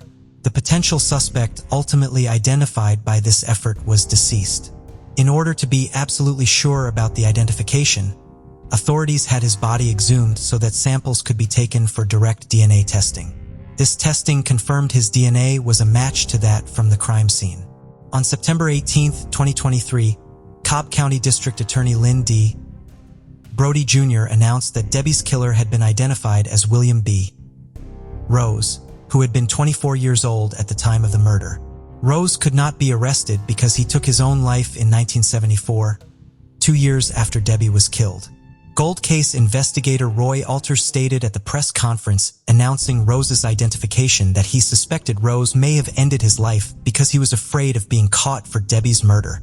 According to Mr. Alter's conversations with Rose's family members, Rose had been worried about going to jail prior to his death, but his family had assumed his concerns stemmed from minor incidents. Rose did have a criminal record, but had only ever been arrested for alcohol-related incidents. He had not previously been a suspect in the case. It does not appear that Rose knew Debbie prior to her abduction. However, he did have relatives who lived in her apartment complex, giving him a reason to be a regular visitor there. He may have seen her playing outside during prior visits to the complex, but her murder appears to have been a crime of opportunity. Debbie's brother Melvin was present at the press conference to express his gratitude for investigators and their ongoing efforts. He was relieved both because he finally knew who took his sister from him, and because her killer was not someone his family knew. Melvin had ultimately resolved the guilt he had once felt for not being with Debbie at the laundromat that day, and he has stated that he does not hate Rose despite what he did to his sister because he had learned over the years that hating someone would do him no good. Melvin expressed sympathy towards Rose's family for the difficult time he knows they must be going through as a result of this news. Rose's identification was somewhat bittersweet for Melvin because his mother did not get to see it. However, he stated, "I wish my mother was here, but I know she knows in heaven that it's finally over." Family was very important to Byron Carr. He and his brother John were very close in age, which helped them have a strong bond, and he remained close with his parents, especially his mother, into adulthood. He also had lots of friends and enjoyed traveling. Byron was a well-liked English teacher at Montague Regional High School. According to some of his former students, he had a heart of gold and remained interested in the lives of his students, long after they completed his class. In 1988, 36-year-old Byron was living in a house on Lapthorne Avenue in Charlottetown, Prince Edward Island, which he took great pride in and kept very neat. It would be in this house where Byron was killed on November 11, 1988. He was strangled with a towel and his body had later been stabbed several times. The killer had written, "I will kill again" on Byron's wall, which obviously raised concerns that more victims would follow. Byron's wallet was also missing. There were no signs of forced entry into the house, and police believe Byron and the killer had consensual sex prior to his murder. Byron was gay, but kept his sexuality private to avoid the discrimination so many others dealt with at the time. He had not even come out to his parents, despite how close they were. His murder led to him being publicly outed. Decades later, investigators would say that Byron's sexuality led to a lack of public interest and cooperation in the case. Byron's family felt this was the case as well. In 2024, Byron's brother John would say, "People were afraid for their jobs just because they were gay at the time. Being gay wasn't a great thing back in 1988 in the public eye. I can remember public officials that were very lukewarm to taking part in the investigation." Other members of the LGBTQ community in the area feared that they may be targeted by the killer as well, and the wider community's cold response to the murder of a gay man only added to their fears that they were not safe on Prince Edward Island. Jeffrey Haight is one of Byron's former students, and the gay man who left Prince Edward Island for many years because he felt safer living in a big city. In 2024, he spoke to the CBC about Byron and his murder, saying police believed the killer was bisexual, a conclusion they came to following the examination of the most important piece of evidence they had, the killer's underwear, which had been left behind at the scene. Police cut out a section from the front of the underwear to test it for DNA and found both male and female DNA, believed to be from the owner of the underwear and a woman he had sex with. The size of the underwear indicated that the killer had a small build, as it fit very tightly when displayed on a mannequin with a 29.5-inch waist. Despite the societal unease around Byron's sexuality and murder, police did preserve evidence and investigate the crime. Hundreds of interviews were conducted over the ensuing decades. Police went to see Byron's parents every few years about the investigation, even though they rarely had substantial progress to report. Byron's case was formally reopened in October of 2007. Investigators hoped that since the LGBTQ community was becoming more accepted, witnesses who may have been scared to come forward in 1988 because it would involve disclosing their own sexuality would now be willing to speak with them. The Charlottetown Police Service also released a composite image of a suspect who attacked a gay man in Charlottetown just 2 months after Byron was killed, and was considered a person of interest in the murder. The case would remain unsolved until 2024.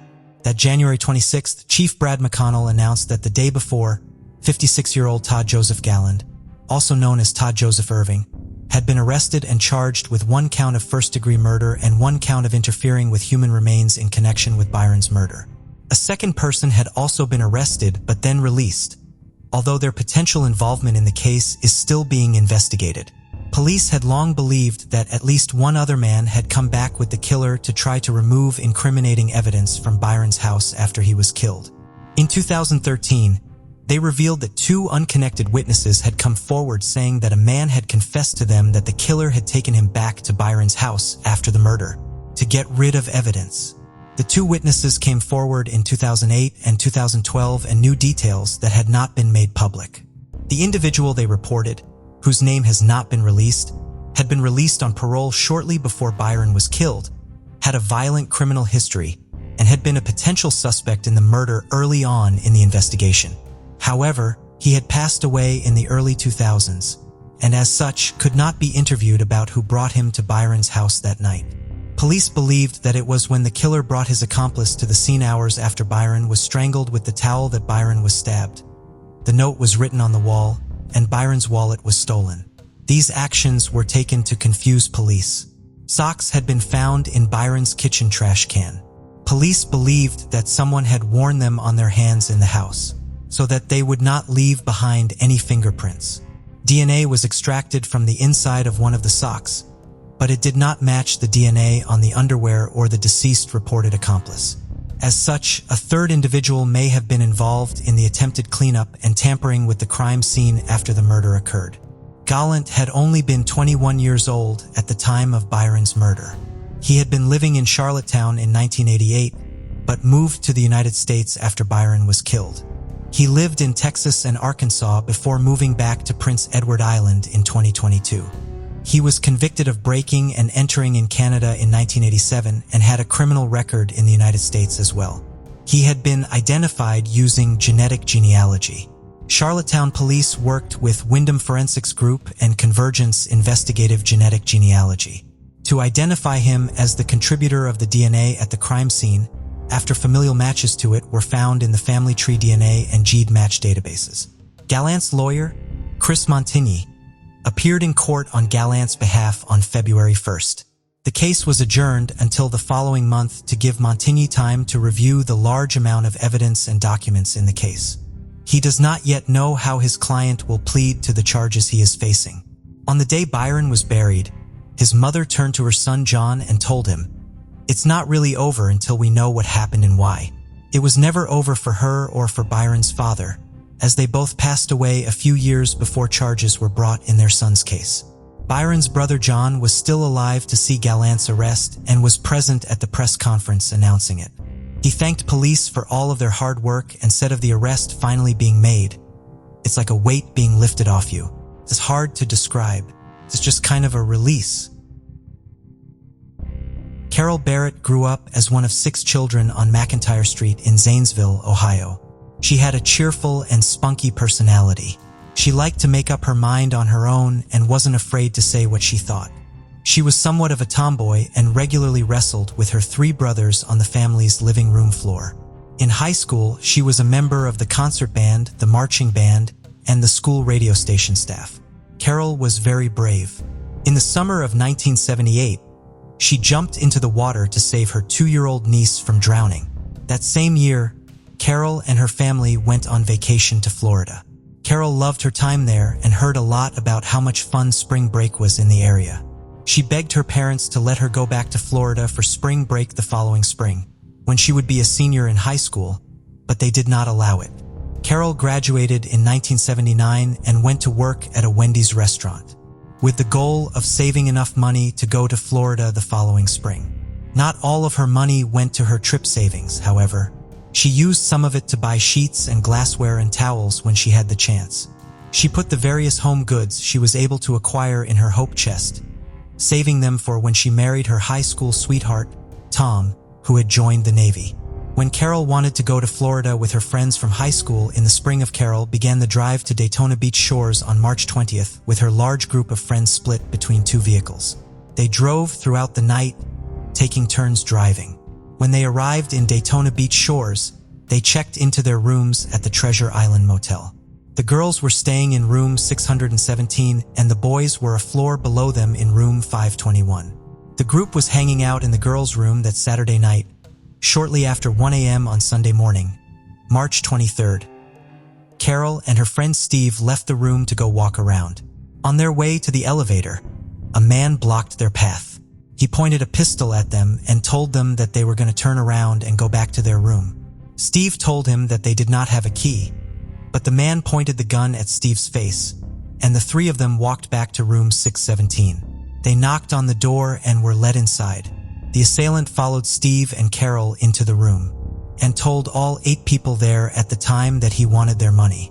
He made everyone undress and line up against the sliding glass door to the balcony. He spent about 45 minutes going through everyone's belongings and eventually pocketed approximately $200. Throughout that time, he periodically clicked his gun, according to one of Carol's friends. He seemed nervous over the fact that there was such a large group of people in the room. He touched them all with the barrel of his pistol to intimidate them. The assailant told the group that he would be taking one of them with him to ensure that no one called the police. He originally grabbed Carol's friend Pam, but grew frustrated when she panicked and began to sob. Carol volunteered to go in her place. She calmly did as he told her and collected her clothes. He forced the others in the room out onto the balcony and told them to stay there until 4 a.m. He would let Carol go if they did not call the police. He locked the sliding glass door and forced Carol out of the hotel room in front of him. Carol's friends did not listen to the instructions and quickly tried to get her help. Carol's friend Chris was able to climb around the block wall separating their balcony from the neighboring one and wake up the people sleeping inside that room. They called the police, but the assailant had a 20-minute head start before they arrived. On Monday morning, a passerby discovered Carol's body in a ditch line along I-95 near Jacksonville International Airport. Her white sweater had been pulled up over her head. She had been shot execution style, according to police. There were no other marks indicating that there had been any kind of struggle. 2 of Carol's friends identified her body, which was returned to Ohio and buried in the Mount Olive Cemetery. Carol's friends helped develop a sketch of what the killer looked like. He had reddish-brown hair, which was parted down the middle, a beard and mustache, a mole on his left cheek, and a long, straight nose. He wore tinted wire-rimmed glasses. Unfortunately, despite the numerous eyewitnesses to Carol's abduction, her killer was not identified and the case went cold. In August of 2017, the Jacksonville Sheriff's Office Cold Case Unit reviewed the evidence in Carol's case and determined that there was enough to reopen the case. A palm print they had not been able to account for had been preserved in evidence and seemed like a clue that could tie a suspect to the murder. The case would not be closed until January of 2024. On January 25th, the Jacksonville Sheriff's Office announced that the investigation had come to an end after more than 40 years. As with many other cold cases solved after decades, the identification of Carol's killer would not result in a trial. However, while most of these cases never go to court because a suspect died before their identification, in Carol's case, the man who confessed to her murder was still alive, but already serving life in prison. That man was serial killer Billy Mansfield Jr. Mansfield, had an extensive history of sexual crimes. His crimes eventually progressed to murder, with him killing 3 young women and 2 teenage girls. He killed 4 of his victims in Florida and buried their bodies in his backyard. He then went to California where he killed a 5th woman. He pled guilty to the California murder and was sentenced to life in prison without parole. He also pled guilty to the 4 murders he committed in Florida to avoid being extradited there and facing the death penalty. He remains incarcerated in California and is speaking with investigators in various jurisdictions about additional cold cases. Mansfield was identified as a potential suspect in Carol's murder in 2020. He was interviewed by investigators multiple times over the following 2 years. In September of 2022, he acknowledged that he was the man depicted in the composite sketch. He later confessed to abducting Carol and to killing her. Investigators continued working on the case and consulted with the state attorney's office in the 4th Judicial Circuit about how to proceed. In January of 2024, it was decided to close Carol's case but not pursue prosecuting Mansfield for her murder, since he is incarcerated and has no chance of ever being released, as he would have to serve 4 concurrent life sentences in Florida, even if he were somehow released from his life sentence in California. Carol's parents, one of her sisters, and 2 of her brothers passed away before her case was closed. Her surviving family is grateful for the answers they have received. Carol's niece, Claire Gilligan, is ecstatic that the case is solved and relieved that her aunt's killer has been incarcerated since 1982, which prevented him from killing even more people. Bert Allen loved history from an early age, with a particular focus on the history of the American Civil War. He also loved classical music and opera. He grew up in Graham, Texas, and attended the University of Texas in Austin, where he earned a Bachelor of Science degree in zoology. He also served with the U.S. Marines as a Navy corpsman in Vietnam. In 1994, 46-year-old Bert and his wife Dawn lived in the 2500 block of Stargrass Circle in South Austin, Texas. On May 12th of that year, Dawn came home to discover her husband's body lying on their floor. It appeared that a burglar had forced his way into their home through a back door, and Bert had arrived home from work while he was still inside. A struggle began near the front door, and Bert was ultimately stabbed several times. Police found the crime unusual because individuals who commit property crimes like burglary typically flee when discovered, rather than attack.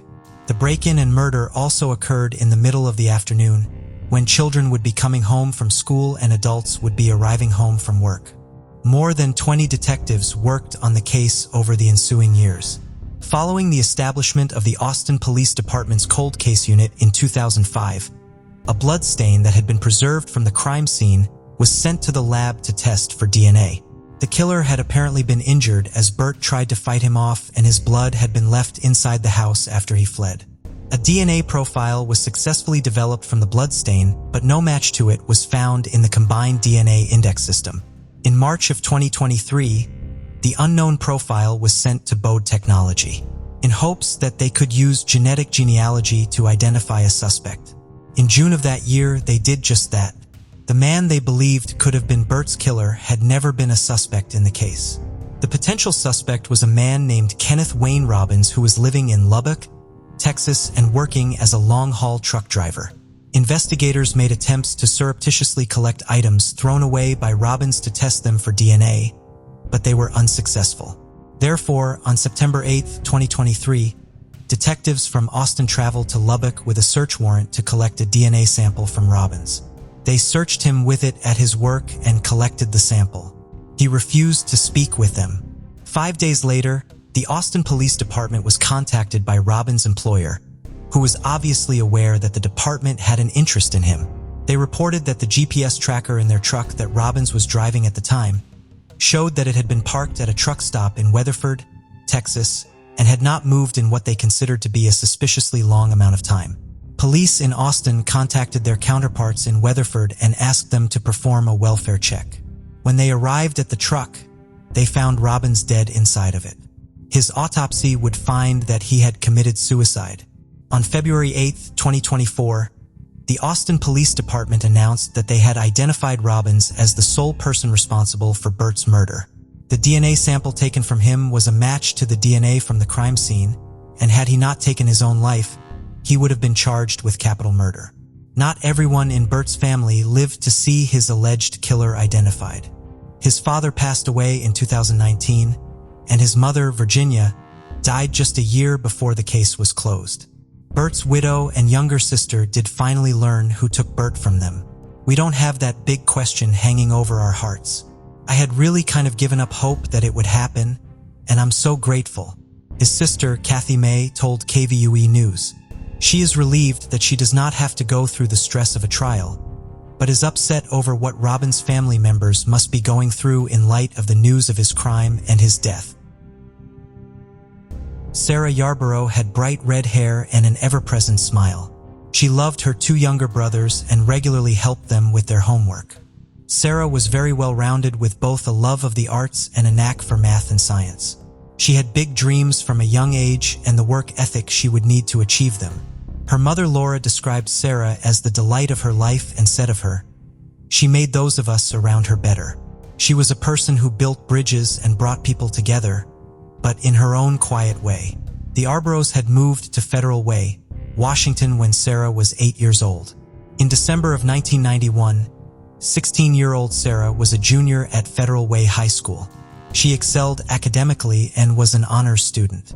She had a very active social life, despite juggling academics and extensive extracurricular activities. Sarah had a few close friends, but often socialized in a large group because she was friendly to everyone and attracted friends with her caring and energetic personality. The Yarboroughs were members of Bible Baptist Church, and Sarah was an active member of the church youth group. Sarah loved dance and said it made her feel fully alive.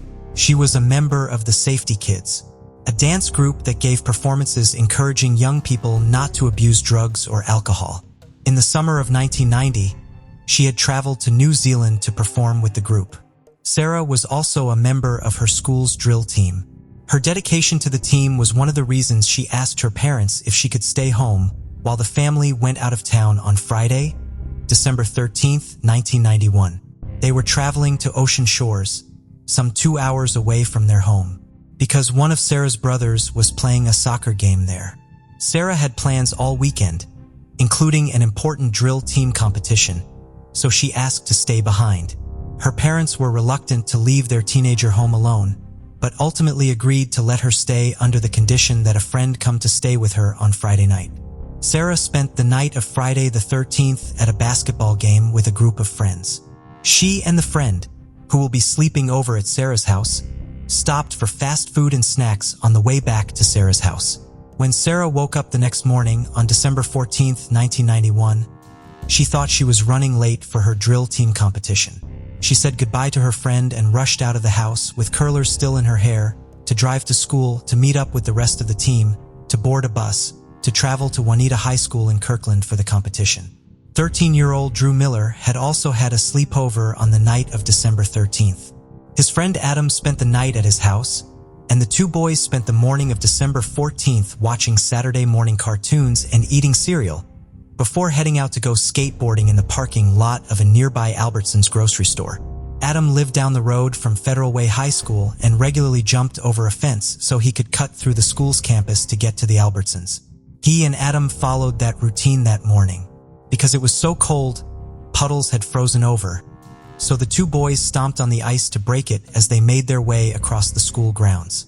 When Drew looked up ahead, he saw a man come out of the bushes and start walking in the same direction he and Adam were traveling. He tried to tell himself that the man had just hidden in the bushes to smoke marijuana without being seen, but his presence still unnerved him. So he kept an eye on him as he and Adam kept walking. When Drew and Adam reached the spot where they had initially seen the man pop up from the bushes, they found something horrifying. A young woman, partially clothed, staring up at them, unmoving.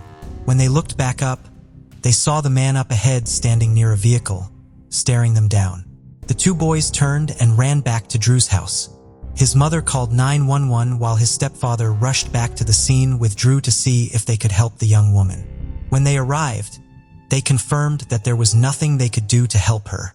She was soon identified as Sarah Yarborough. It turned out that Sarah had been wrong about the time she needed to be at school to catch the bus to the competition and had actually arrived at the school early. A witness saw her pull into the school's parking lot around 8 to 10 a.m., but members of the drill team did not need to be there until 9. Her body had been found between 100 and 150 yards away from her car. There was no obvious reason why she would have gone down to the area, which was covered in bushes. There were also no signs of a struggle in or near her vehicle, where a large jug of orange juice Sarah had brought with her sat unspilled on the front passenger seat.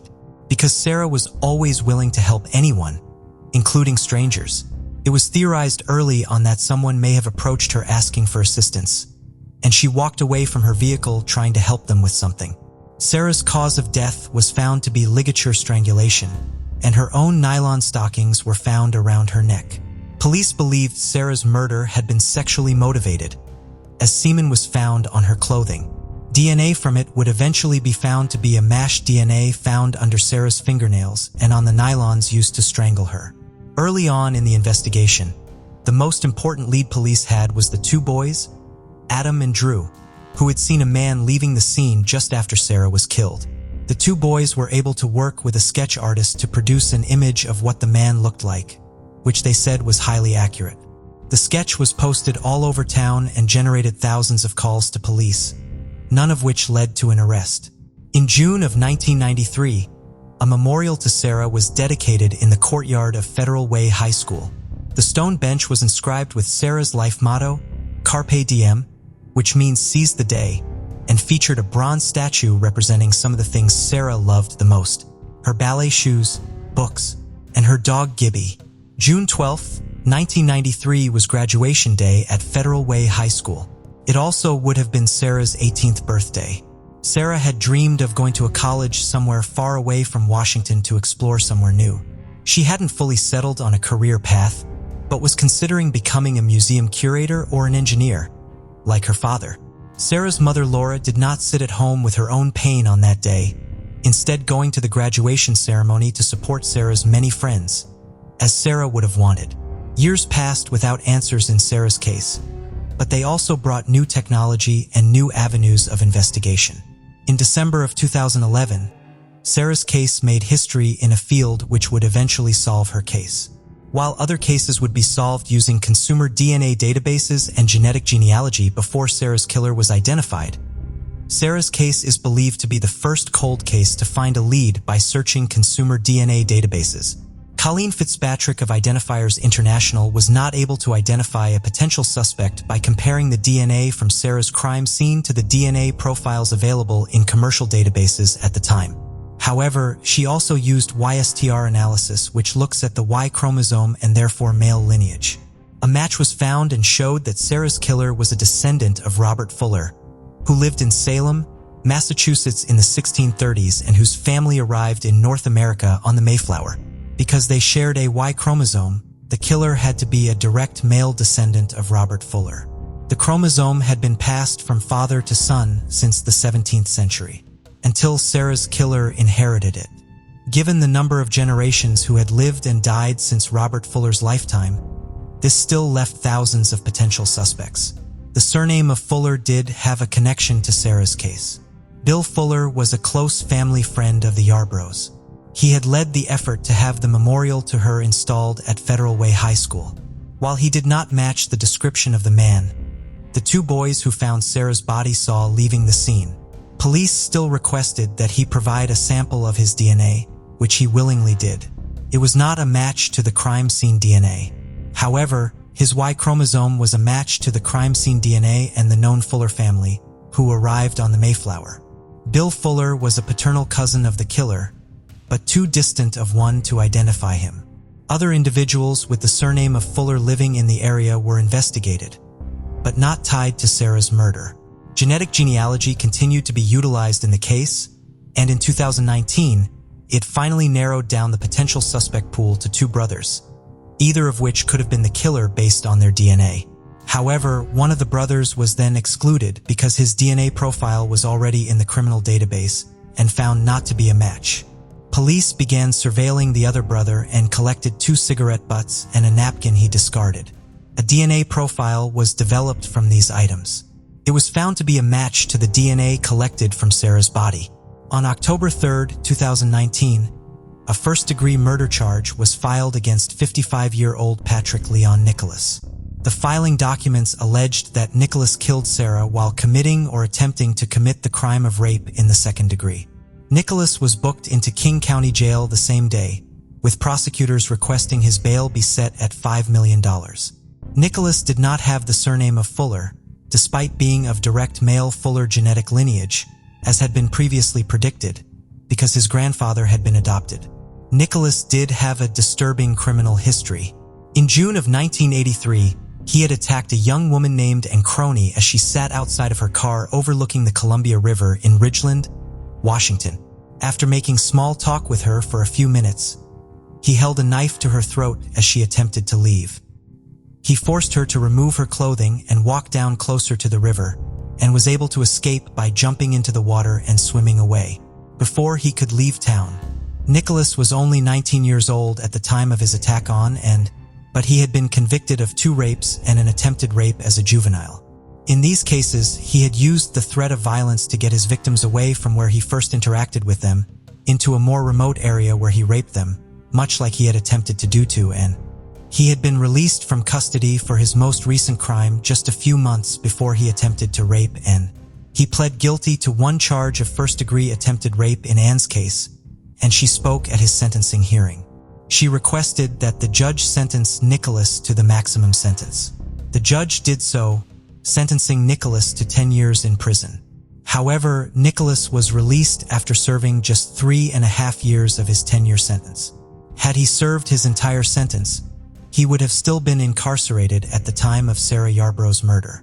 Years after Sarah was murdered at the end of 1993, he was arrested again. This time he was charged with molesting his 6-year-old stepdaughter. Nicholas was ultimately able to plead the charges against him down to just 1 fourth-degree assault charge. Despite the nature of his criminal history, Nicholas's DNA was never entered into any criminal database. According to state law, his DNA should have been entered into the combined DNA index system following the 1993 molestation arrest, but since he was able to plead down to a gross misdemeanor, he also avoided having to fulfill this requirement.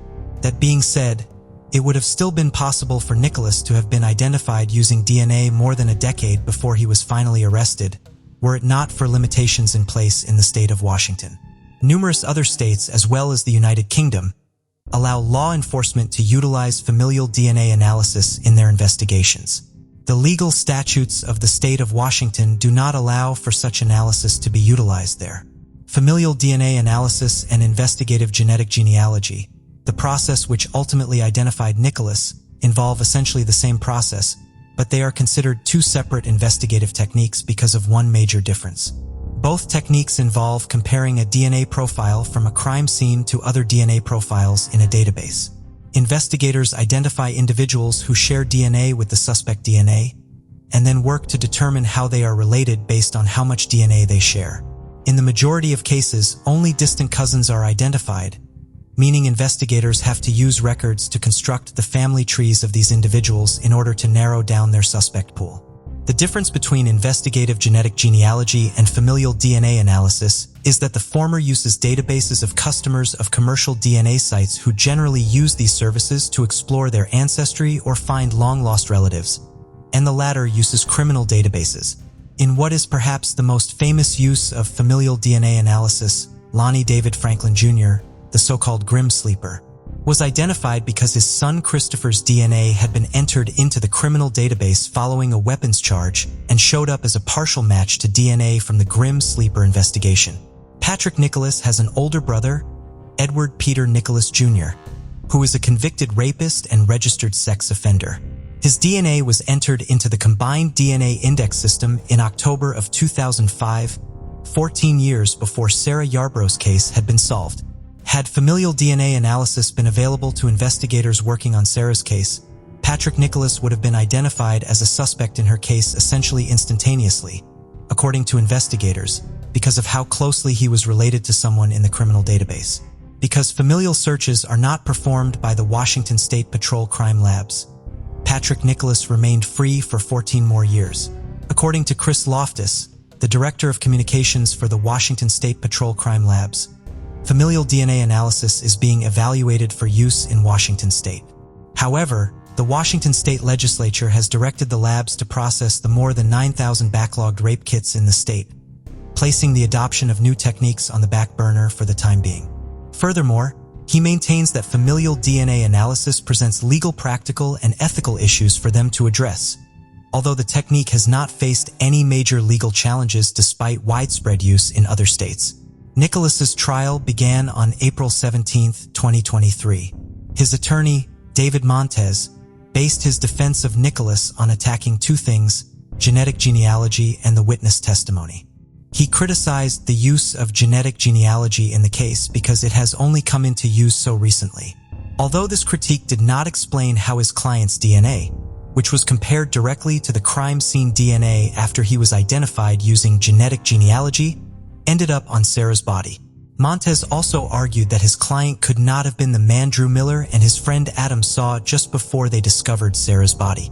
Despite similarities between the composite sketch they helped develop and photos of Nicholas when he was younger, the boys told the sketch artist that the man they saw had uneven skin on his face, whether from acne, scarring, or dirt. Because Nicholas had clear skin at the time, Montez argued that he could not have been the man the boys saw, despite their testimony in court that they believed he was.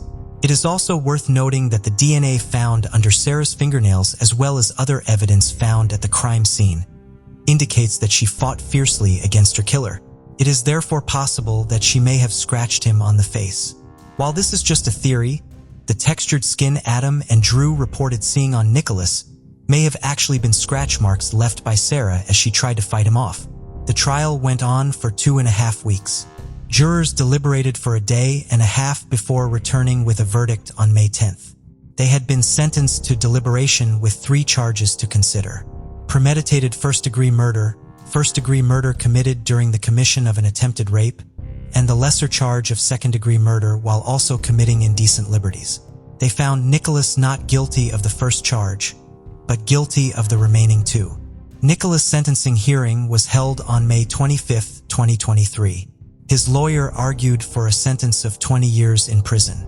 Because the jury had returned a special verdict, finding that Sarah's killing was sexually motivated, King County Superior Court Judge Josephine Wiggs instead handed down the sentence recommended by prosecutors more than 45.5 years.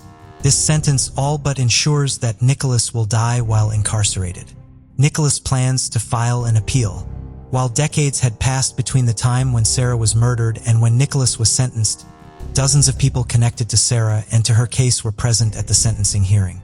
And Crony, who had been attacked by Nicholas in 1983, had not been allowed to testify at his trial, but came to give a victim impact statement.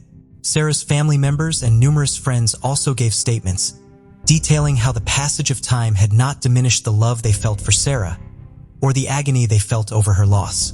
Thank you for joining us on this journey into the depths of unsolved mysteries.